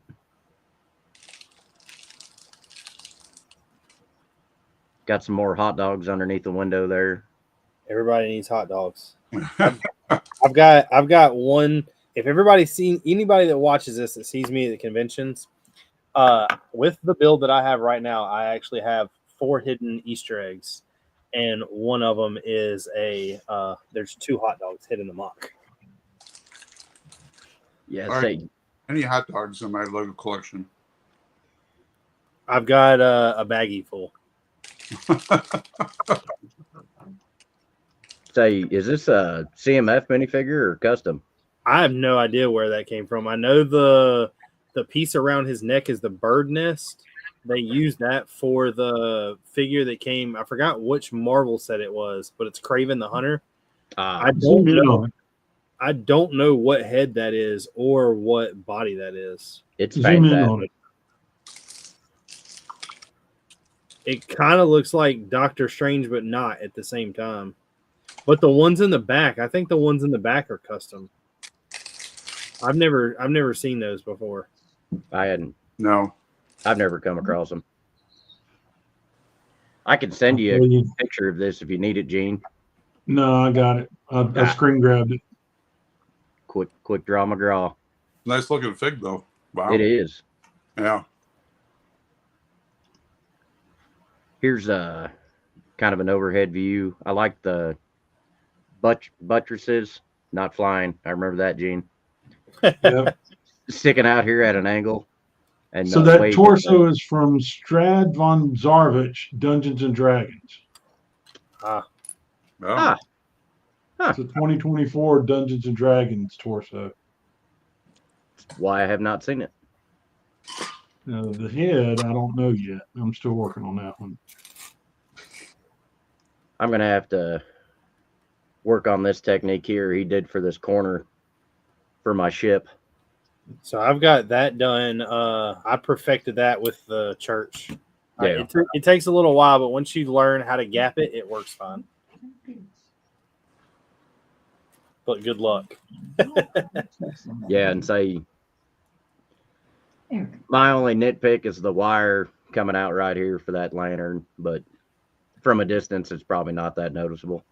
I will say that I asked George, and I done something that I don't know how a lot of people feel about, but I was running wires, and I got tired of trying to hide some of them, so I do have Lego pieces that have holes drilled through them. You'll never know. You'll never know. Oh, well, but I'm guilty of that as well. I am not opposed to taking a drill bit to a Lego bit or piece. I was fighting it and fighting it and fighting it, and I was like, you know what? I'm drilling it. The Punisher. Now they need to start doing logos like this and quit giving us that stupid crap they do. Yeah, I'm this is kind of late for the Marvel show we did, but Punisher's in the top 5. Oh, I love that. That's this cool. is pretty nice. The only thing missing is the cross in the eyeball for Chris Kyle. Yeah. Well, that's a lot different. That came a lot before Chris Kyle. I get it. I like how they use the 1x2 bricks and the 1x round tile to simulate brass from shooting. Yeah.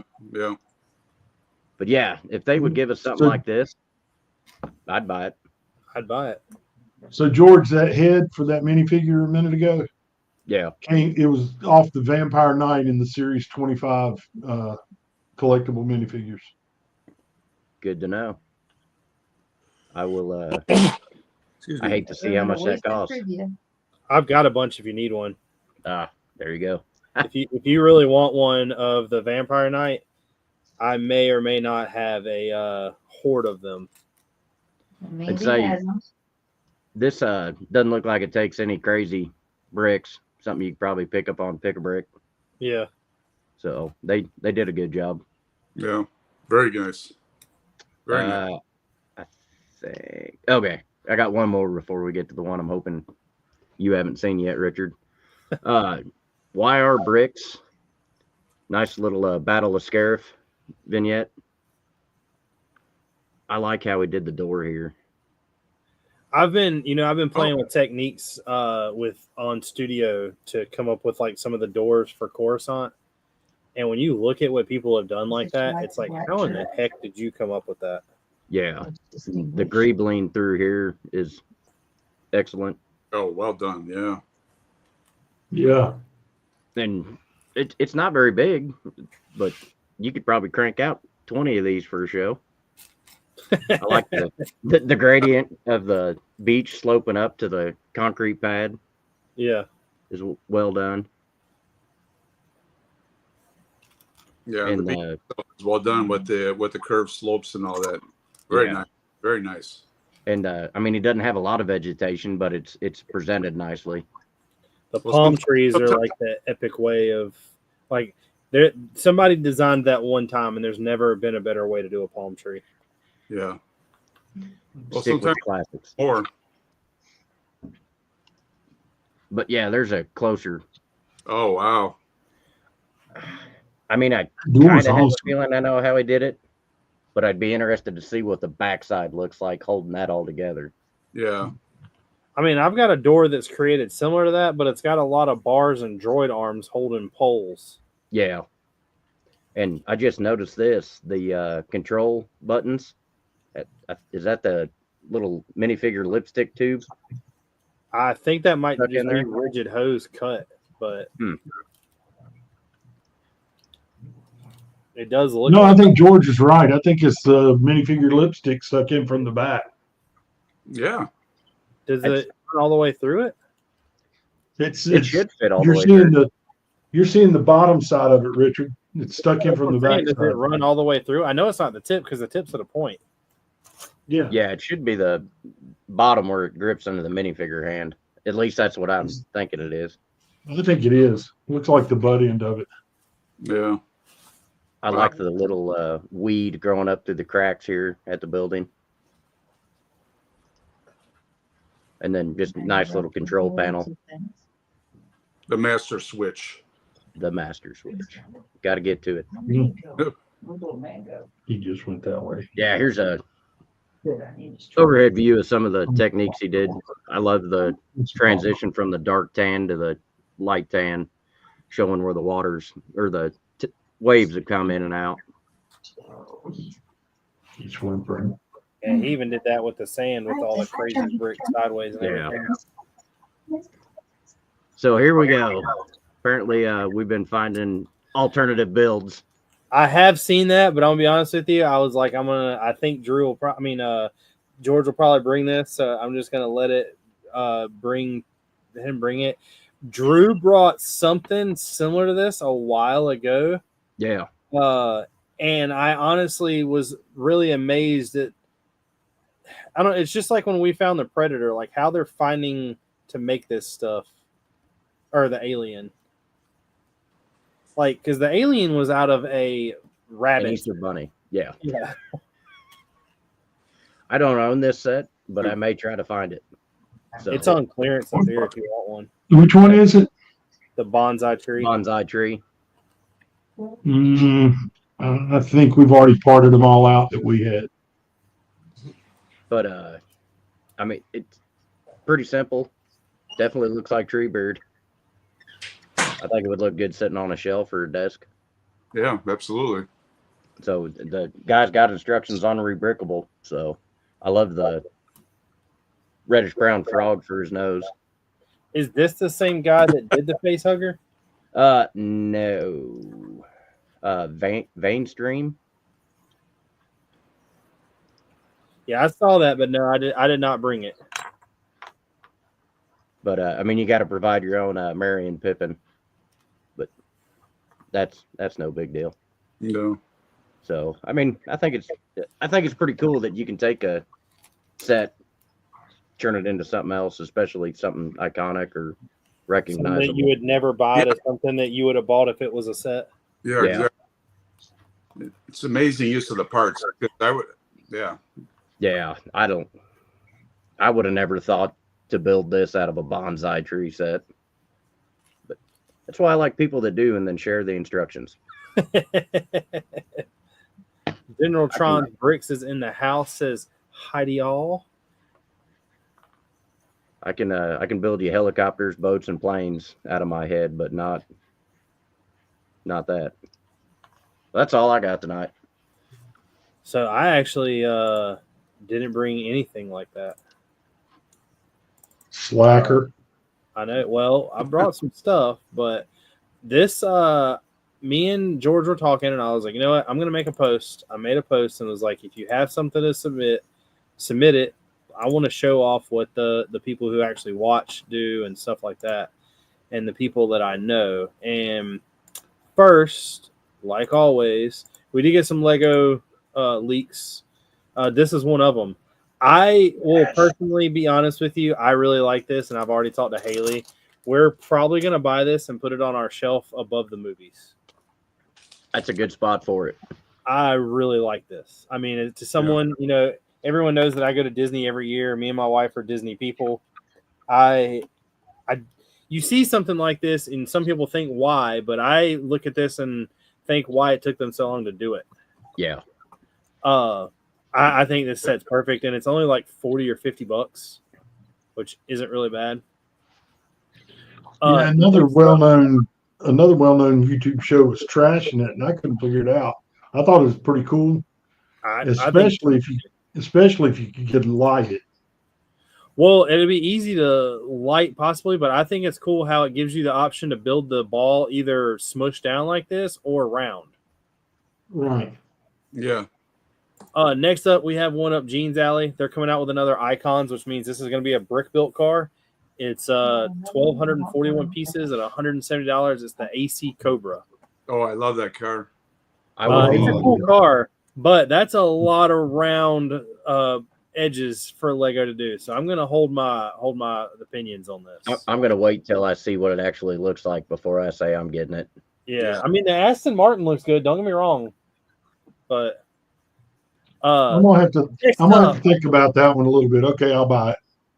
This is the gift with purchase that is coming out with Mario. The minute that I sent this to George, I went on Lego to try to buy it and realized that it is still on pre-order. I am going to buy this Mario Kart. I'm just waiting for it to come out. I already have it in a cart. I'm buying it. Are you sure it's gift with purchase? I think it's insider points. Well, either way, I don't care. I'm getting this. Trevor said that there's a lot of Easter eggs hidden inside the ball and the lamp bulb. Yeah. I think that this thing looks really, really cool. Awesome. I normally, if it's an insider points or gift with purchase, I normally don't open those kits, but this will be one I'll probably open and build. Next up, we've seen this. I'm sorry. This is a horrible gift with purchase. I don't like this at all. I get what it is. With this yellow box, I'm not so sure this is going to be a gift with purchase. To me, this looks more like the insider points type thing because it has that yellow border box. So there's a new Simpsons set coming out. I will bet big money that's there you go. I would bet big money that it's a satellite set, a set that comes with this one only. I am not a fan of The Simpsons. I'm not gonna say I hate The Simpsons. I don't watch them. I think it's cool that they're coming out with this finally. I think the price point is going to be so high, in my opinion, it's not worth it. Yeah, because I think the license is probably very pricey. Yeah, it looks cool. I mean, I sat here and looked before. I always try to decipher some things before I bring them to the show. All these are stickers. And I mean, there's just in this picture, you're talking 1, 2, 3, 4, 5, 6, 7, 8, 9, 10, 11, going up here, 12, 13, 14 stickers. And then they print this one piece. And then that's a sticker. That you'll never use that piece for anything Yeah, else. like I am almost positive that is printed and that's a sticker. You can see the edge. You can see the outline of the top one too. Either way, that's a lot of stickers. I mean, there's one right here. The eyes are more than likely. I mean, that's a lot. But it does come with, 7 minifigs. Will said The Simpsons were so 1990s, mainly because I haven't watched it since the 90s. And Tron Brick says it's kind of played out now. Yeah, I was never a big Simpsons guy. I will say I like the claw in the bucket to make Fry reference.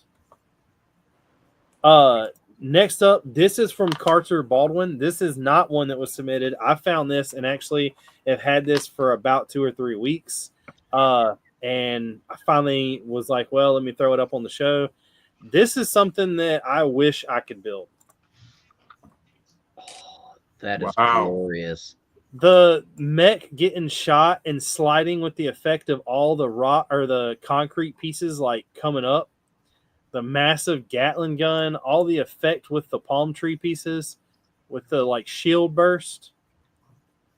This is the only picture of this, but this definitely is got to be something that I like. I don't know. I absolutely love this. That's beautiful. It is. Wow. Gorgeous. I mean, even if you look inside them using the Zipline pieces for handles. That's awesome. Like, they're not connected to anything, but still, it looks awesome. The fact that he went and found sticker pieces, I thought at first maybe these were all pieces from a Gundam because of the way that is. I mean, they could be. Don't get me wrong. But I really like this. That's a great display piece. It's the concrete being thrown up in the air that does it for me. Next up, this is submitted by one of the people that are in the chat at Ruddle Creations 18. This is his church. Oh, wow. He built this church. It's just the old church of he's in Boston. Say it. It's in Boston. But, is it in Boston? Yeah. He done really good work with placing all the different colored plates. None of the bricks are at the same level. This is something that George sweats over. That's impressive. All the different just styles. And I'm guessing if you're still in the chat, what did you use for the window pane? Because I've done flags sideways. Are those like some stickers you've cut out? I thought about going that way, but I have not went that way yet. This is a lighthouse. I do know that. Or he said it's 4 feet and some inches tall. Wow. That is really nice. He said it's 1 millimeter tape. Hey, you got to do what you got to do. Yeah. Right. It's got a bang. But I really like this. That is gorgeous. There's a picture of it all. Is that Old North Church? Or no? Yeah. Yeah. I've been to Boston once, and It's on my list of places to go see. My son lives there. It's been over 10 years, and it's a great walking city. Next up, another fan submitted, Cascadia Bricks. Oh, holy cow. This is from Fallout. Drank some soda. So he sent me this, and this is the guy I was talking about prior. He does before with George. He does a lot of rendering to make sure everything works so he can have instructions. This thing's pretty big. It has every functionality that you would expect it to have. The doors open. You do have to put some support pieces to hold it because you can see the landing gear is not very big. But he sent me this thing, and I was like, man, those tilt rotors kind of look cool, you know, because if you look here, the whole things are tilted sideways. You look here, they're flat like it should be. And then he sent me this picture, and I was like, wait a minute. That is not from Fallout. That is an Osprey that he's created. Yeah, we got a bunch of them flying around here. That is the one vehicle that Brickmania has made that I do not have, and oddly enough, it is within like 10 feet of where I'm sitting right now, and I can't open and build it. But I think this looks great. Yeah, it looks fantastic. Yeah, it's amazing. It is amazing. The functionality is great.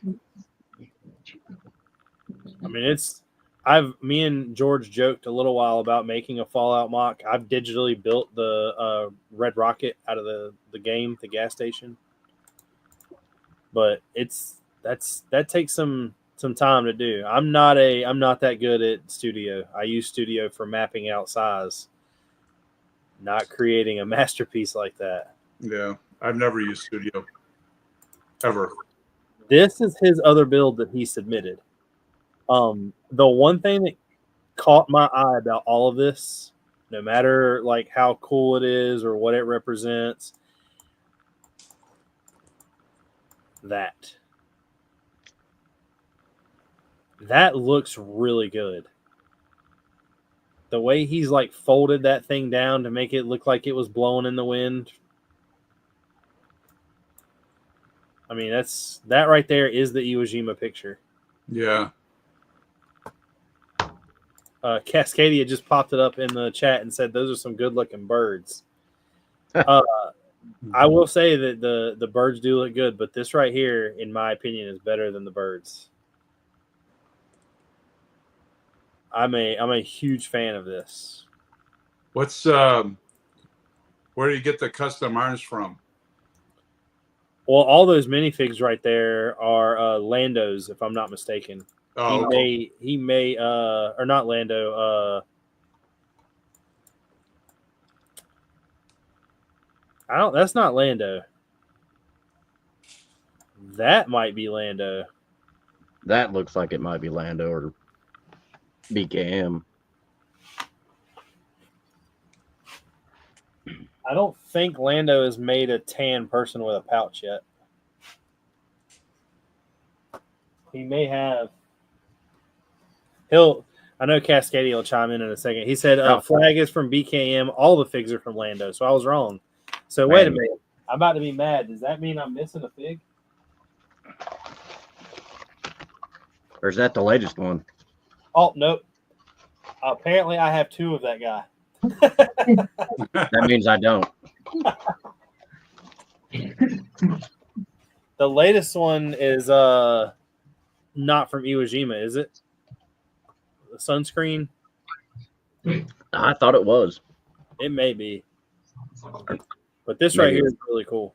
Wake Island. That's well done. Yeah, that's pretty impressive. How did you, Cascadia, how did you get the flag to crumple and stay like that and look dirty? I'm assuming you roughed it up a little. Will said that Richard has so much stuff he doesn't even remember half of it. Me and George just had this talk. Guilty. Me and George probably have more printed pieces from third-party companies that we don't use than most people have Lego in their collection. I know, I'm being serious. I'm going to say there's 24 figures right here. I've never used a single one of them. They're all from the same guy, a good friend. I buy every one he drops. I have no idea what's sitting in there other than I have every single one he's came out with. I literally have this box right here is the latest Lego order I've purchased. And I probably don't need all the pieces that I ordered out of there, but I don't know. I need to do a lot of cleaning up down here, but I have went ahead and said it before. I'll say it again. I am not cleaning up anything until I get this build done and ready to transport. Cascadia said he had to fold it a crap ton, and then I cheated and used super glue to hold it together. Oh. I've got a flag that I want to put on the front of the church, and it's the the medic flag. And I want to bend it to make it look a little dirty. Yeah, I could swim in plastic gold. What's really weird is me and Gene have talked before. He has a Bricklink store, and I'm almost positive I may have him beat in pieces. If that's your goal, go for it. Our goal is to get rid of pieces. I sent George a video earlier. Now, this all relate to this, and I'm pretty sure I sent it to you, but where the kid comes in the room and he's like showing his wife, he's like, man, I got this minifig right here, and it's worth like $100. And she's like, sell it. And he just like looks at her funny, and he's like, no. He walks away. No. It might be worth more later. Yeah. Next up, this is from the American. He sent me this, and I'm not going to lie. He even told me how to pronounce it. It's like Fall Schwimmwigger or something like that. I'm not sure. It's a German vehicle of some sort with the looks of the minifig that is not World War II. No, it's modern, or I'd say 80s, 90s, Bundeswehr, whatever the German army goes by now. Yeah. But it's it a looks weasel. really cool. The angles that he's done with this upside down plate right here, the wedge plate, that is pretty cool.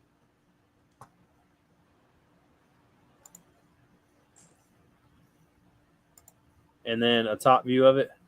Oh yeah.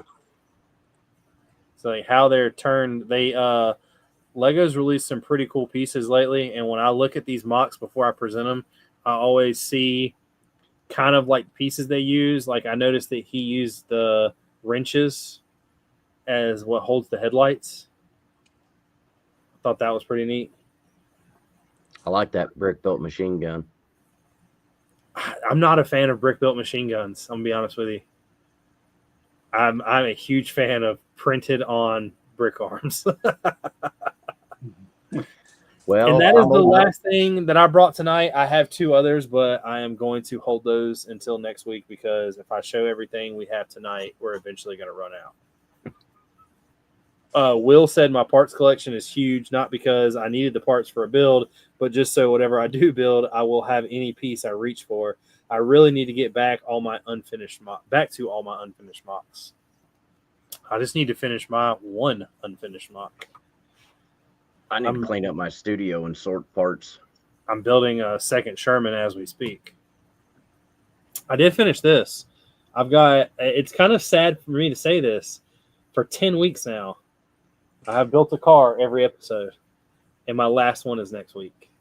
And then I'll be building these tanks as fast as I can because I've got to do whatever it is possible. Me and George have bit off, I think, more than we realize we can both chew. The only difference is George went into it with, I'll get it done when I get it done. I was like, well, I got to have this done. I'm a summertime. I don't have much free time for building with everything going on the weekends, weeknights. Plus, waiting to get that plank owner kicked off, hopefully in a couple of weeks. How's that going? Do you have any more info on it? I talked with Dan, I think Sunday, maybe. And he said he had every intentions of getting it started last week, and some things came up, so it's going to get bumped a week or two. But I think we're going to do probably 50 of each one. So, and if the math in my head going off of previous plank owners, that would be, if we sell 150 of them, would be a significant chunk of change. So with just to ask everybody in the chat, and Gene, this would be something I would like your input on. I have got a plan to do this, and I've had one. I just didn't move forward with it all the way, but the design is there. So Tom does it a little bit in a different way. Tom, if you go to see Tom at a convention, he will sell you a sig fig or he has a mini built version of the Vader house. Right. And then what George is talking about is a plank owner. So what it is he's building. Well, I'll let you explain it. It's your thing.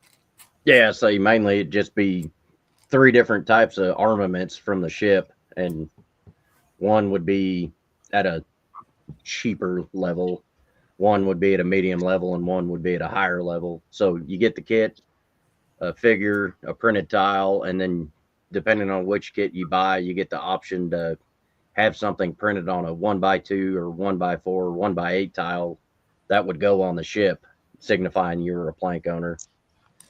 And then the proceeds go to buying more parts to finish building this big son of a gun.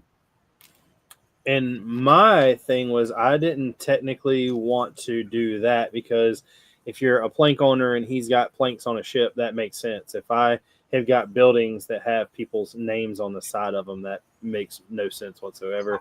I have thought about making or creating a 1x4 or 1x8 brick and having them from here on out, every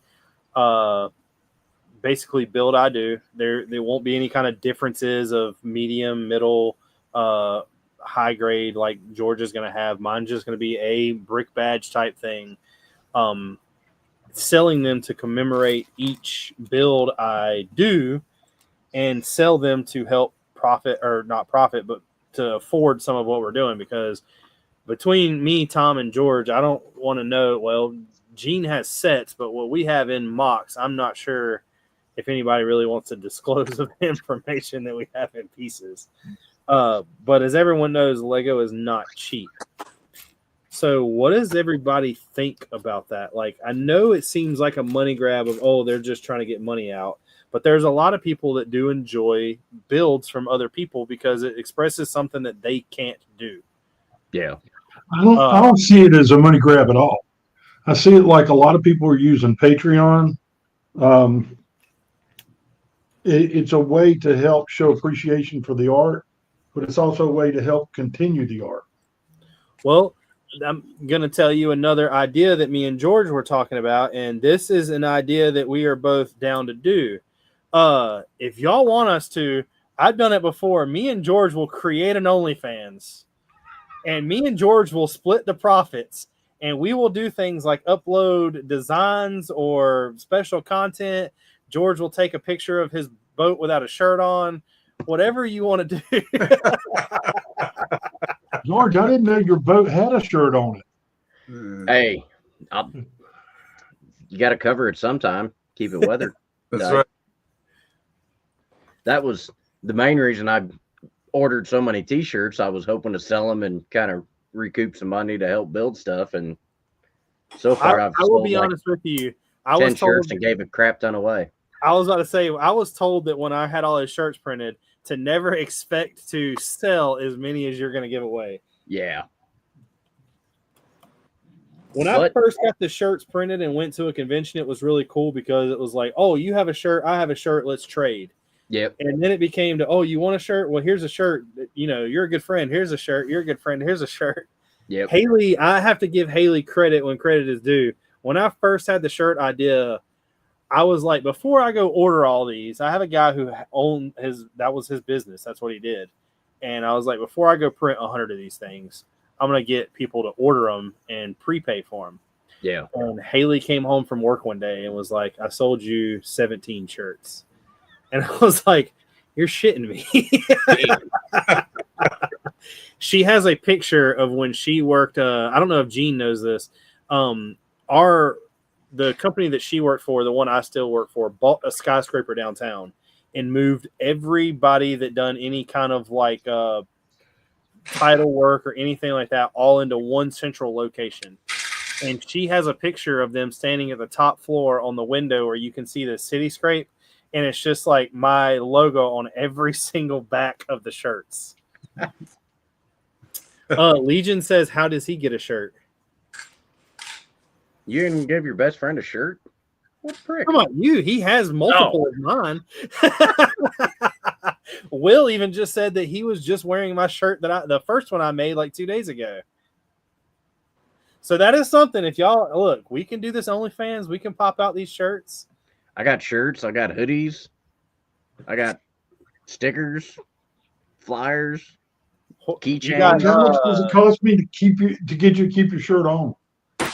See, that's another thing we talked about. We said we would just send pictures to people and make them pay us $15.95 a month to stop sending pictures to them. Personally, I think I'm going to bed. Well,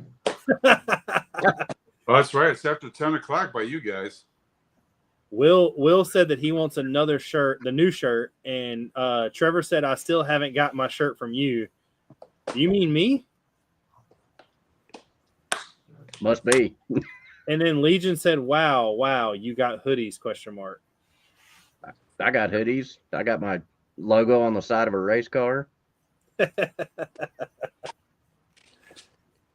I thought about sponsoring ARCA Series was here at Kansas Speedway last weekend. One of the guys was looking for some weekend sponsors. I almost sponsored his car until I saw his price sheet, and then I went, I don't need it that bad. Trevor said me. What shirt are you talking about? I thought you had both of them.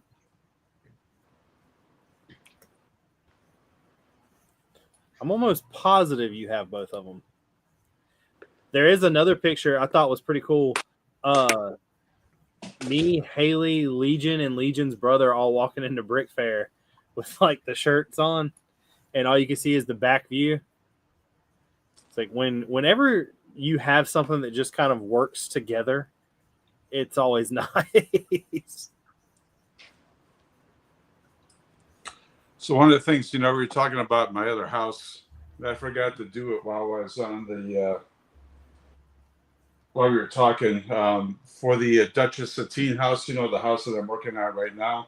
Yeah, I looked in Lego because I thought, I went on Bricklink because I thought maybe they had a Duchess Satine minifig, during the Clone Wars, and I found out they do not.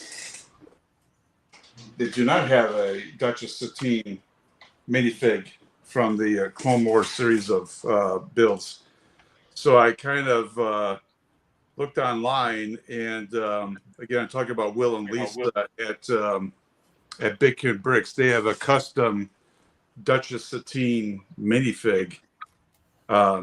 That's her head. I don't know if you guys remember a Clone Wars. Her headdress. It's a very, very intense headdress, and they 3D print the headdress and then they hand paint it. Oh my! And it's very cool. It's $100 a fig if you go onto the Big Kid Bricks website. But so I ordered one and they sent it to me, and this is, I don't know if you can see here. This is what it looks like.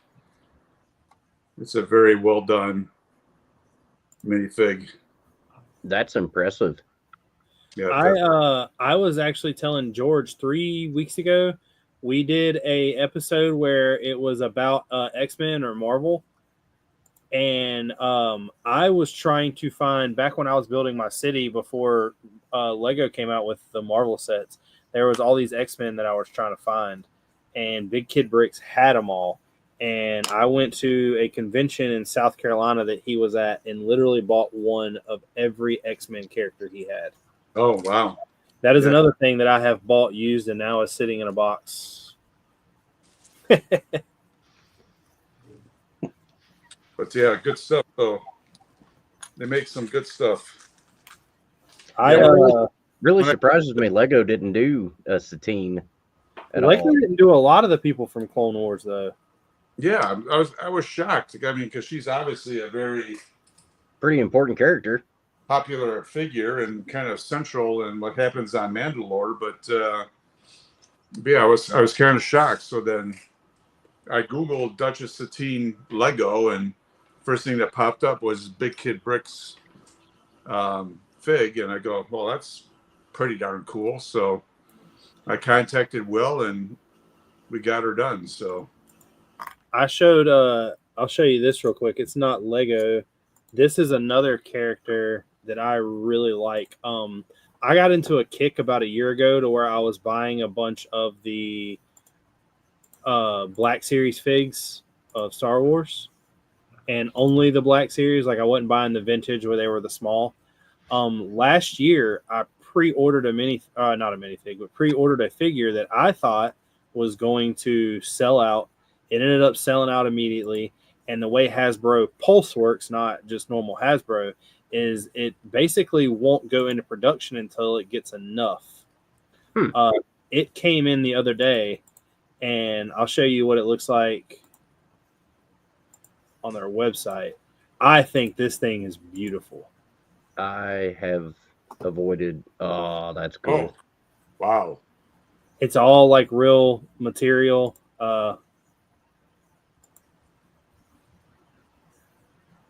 But it is amazing. Their prices have just gone up so much. I haven't bought any in a while. I saw this. Of course, I check here quite often. Let me go back one more. This is the new one that's like really caught my eye, and I have not ordered it yet.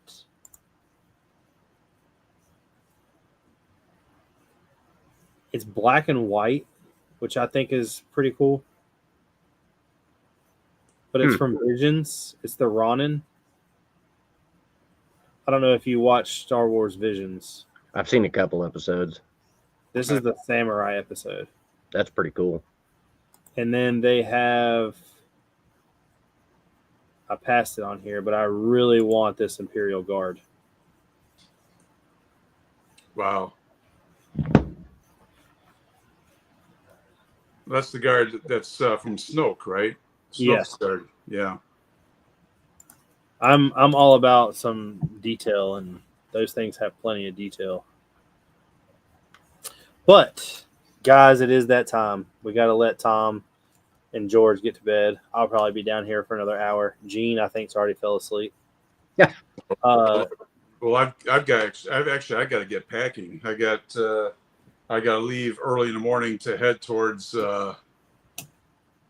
my flight to head on to Providence tomorrow for a Brick convention this weekend. So I still have to pack, believe it or not.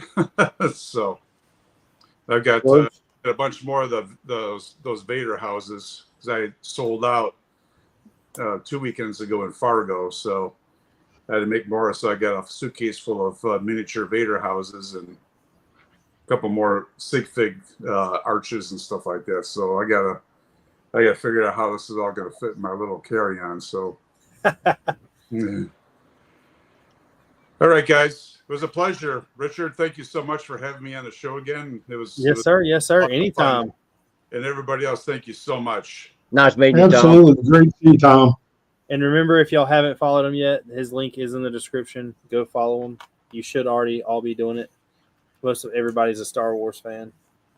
Absolutely. So, yeah, Star Wars, Lord of the Rings, and Castle are the things I do. So, anyway, well, good night, everybody. Sleep tight. And I'll be in Providence at this time tomorrow. Well, take it easy and be careful. All right. Thanks so much. See ya. Bye-bye. George, you got anything going on this week? Trying to get finished up engineering some stuff on a crushing plant. Then I headed to the river this weekend, hopefully. So I'm ready for Memorial Day weekend. Gene, you got anything going on? Well, yeah, just a little bit. Friday's our 10th anniversary. Yeah. Well, happy anniversary. Wait, y'all have only been married for 10 years? Yeah. Yeah. She's tolerated me for 10 years. Dang, me and Haley's 5th year anniversary is this year. John and I will be 10 this year. Yeah, it's gonna be a good weekend. Tori, how much have you spent in therapy? That's what Lego is, isn't it? George is laughing as if that's a joke. Oh, I mean, I sit down and sort Legos. That is my therapy. I do it every day. And when we get behind on inventory, I say, woman, go to your therapist. And I go downstairs with the 3 dogs, and we go talk it out. I ironically don't really have too much going on this weekend other than trying to finish this. I've got a Lego order in. Oddly enough, I'll show it to everybody that's stuck around. I don't know if anybody else has this, I guess, problem, but I joked it wasn't a joke. A couple weeks ago, I showed a Lego order that I had that was just all thrown into one bag. So this week, Andrew just said Declaration of Independence mock for next week. yeah, he told me he's going to send me some more mocks. My only question is it an authentic Declaration of Independence with the stuff written in invisible ink on the back? Well, you were there, so Jeans could actually do a clarification to see if it's real and realistic and not. How do you think I know about the invisible ink? But Lego sent me this order. This order in total is 3,900 pieces. 500 of them are 2x4 tiles.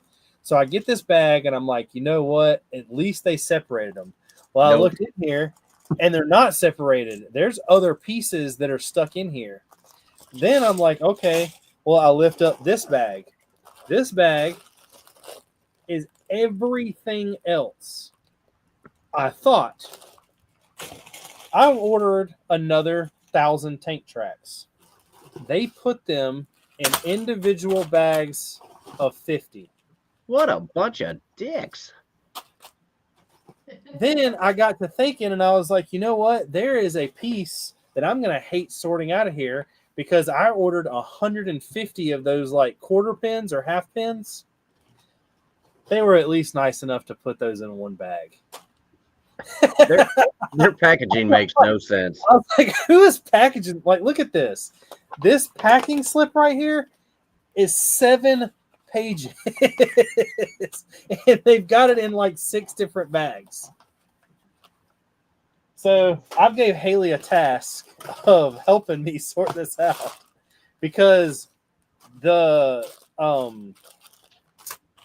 other than the tank tracks just being thrown in a bag, all of this has to be separated because what's in here is supposed to build 3 of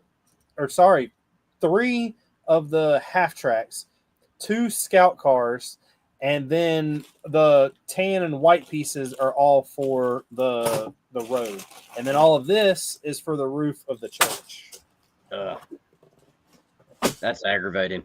Yeah, I don't know who at Lego did what, but that I was like, you are shitting me. Lego, Tori needs to go work for Lego. Yes, I was going to say, play your cards right, and I can send Tori to your therapist. You got a therapist over there? Well, last time me and Haley did it together, it didn't take bad at all. We threw, I put out like 9 pick-a-brick cups. She sat on one side of the table, the kitchen table. I sat on the other. We poured everything out and just went at it. And it worked a lot faster than me taking a handful out at a time. Because if it was all like a good number of the same pieces, it would be kind of easy. But for I've got like 5 of these and 6 of these and 10 of these just to build these cars, it's not going to be easy. But it is that time, guys. We have successfully done another episode. I would like to thank everybody in the chat for hanging out. It's K today said call customer support for insider points or cash back in some way to make it right. That's not cool. I've actually never thought about that, but I've abused that power one time. I called, told them that I hate to say this because it was rigging some stuff. I called and placed an order, never got the order, and was like, y'all charged me for it, told me that y'all are going to send me 100 Wolfpack figs. I only got 1. And they were like, no, I'm pretty sure you might have only ordered 1. I was like, y'all might want to check. It was 100 of them. And they were like, oh, well, let me see what was going on. They emailed me back or called me back same day. They only had 1 in stock. So they were going to send me the other 99 when they were back in stock. And about 3-4 weeks later, 200 of them showed up on my door. Damn. So I was like, sweet. I had some friends that wanted 100. All I wanted was 100. So I parted the rest of them out. But thanks everybody for sticking around. Next week we will be back, same time, same bat place, same bat channel. We will have Mr. Caden, Brick History, back on again. And if you're out there watching, hit me up on Instagram. Email me pictures of the mocks. We want to show them. We're tired of showing people that we don't know. We want to show the people we do know. Tell all your friends and family come watch. Yeah, we need. Tell your mother and brother. I want to hit 30 people on the stream at once. That's my next goal. But take it easy, everybody. Don't do nothing I wouldn't do, and buy lots of Lego until next week. Peace. Yeah. Clicks and clacks, building blocks, let's begin. Stacks on stacks, with beards we always win. In a world of plastic, our minds spin. Brick by brick, where do we dive in? Brickin' with the beard, we never stop. Talking pieces, colors going over the top.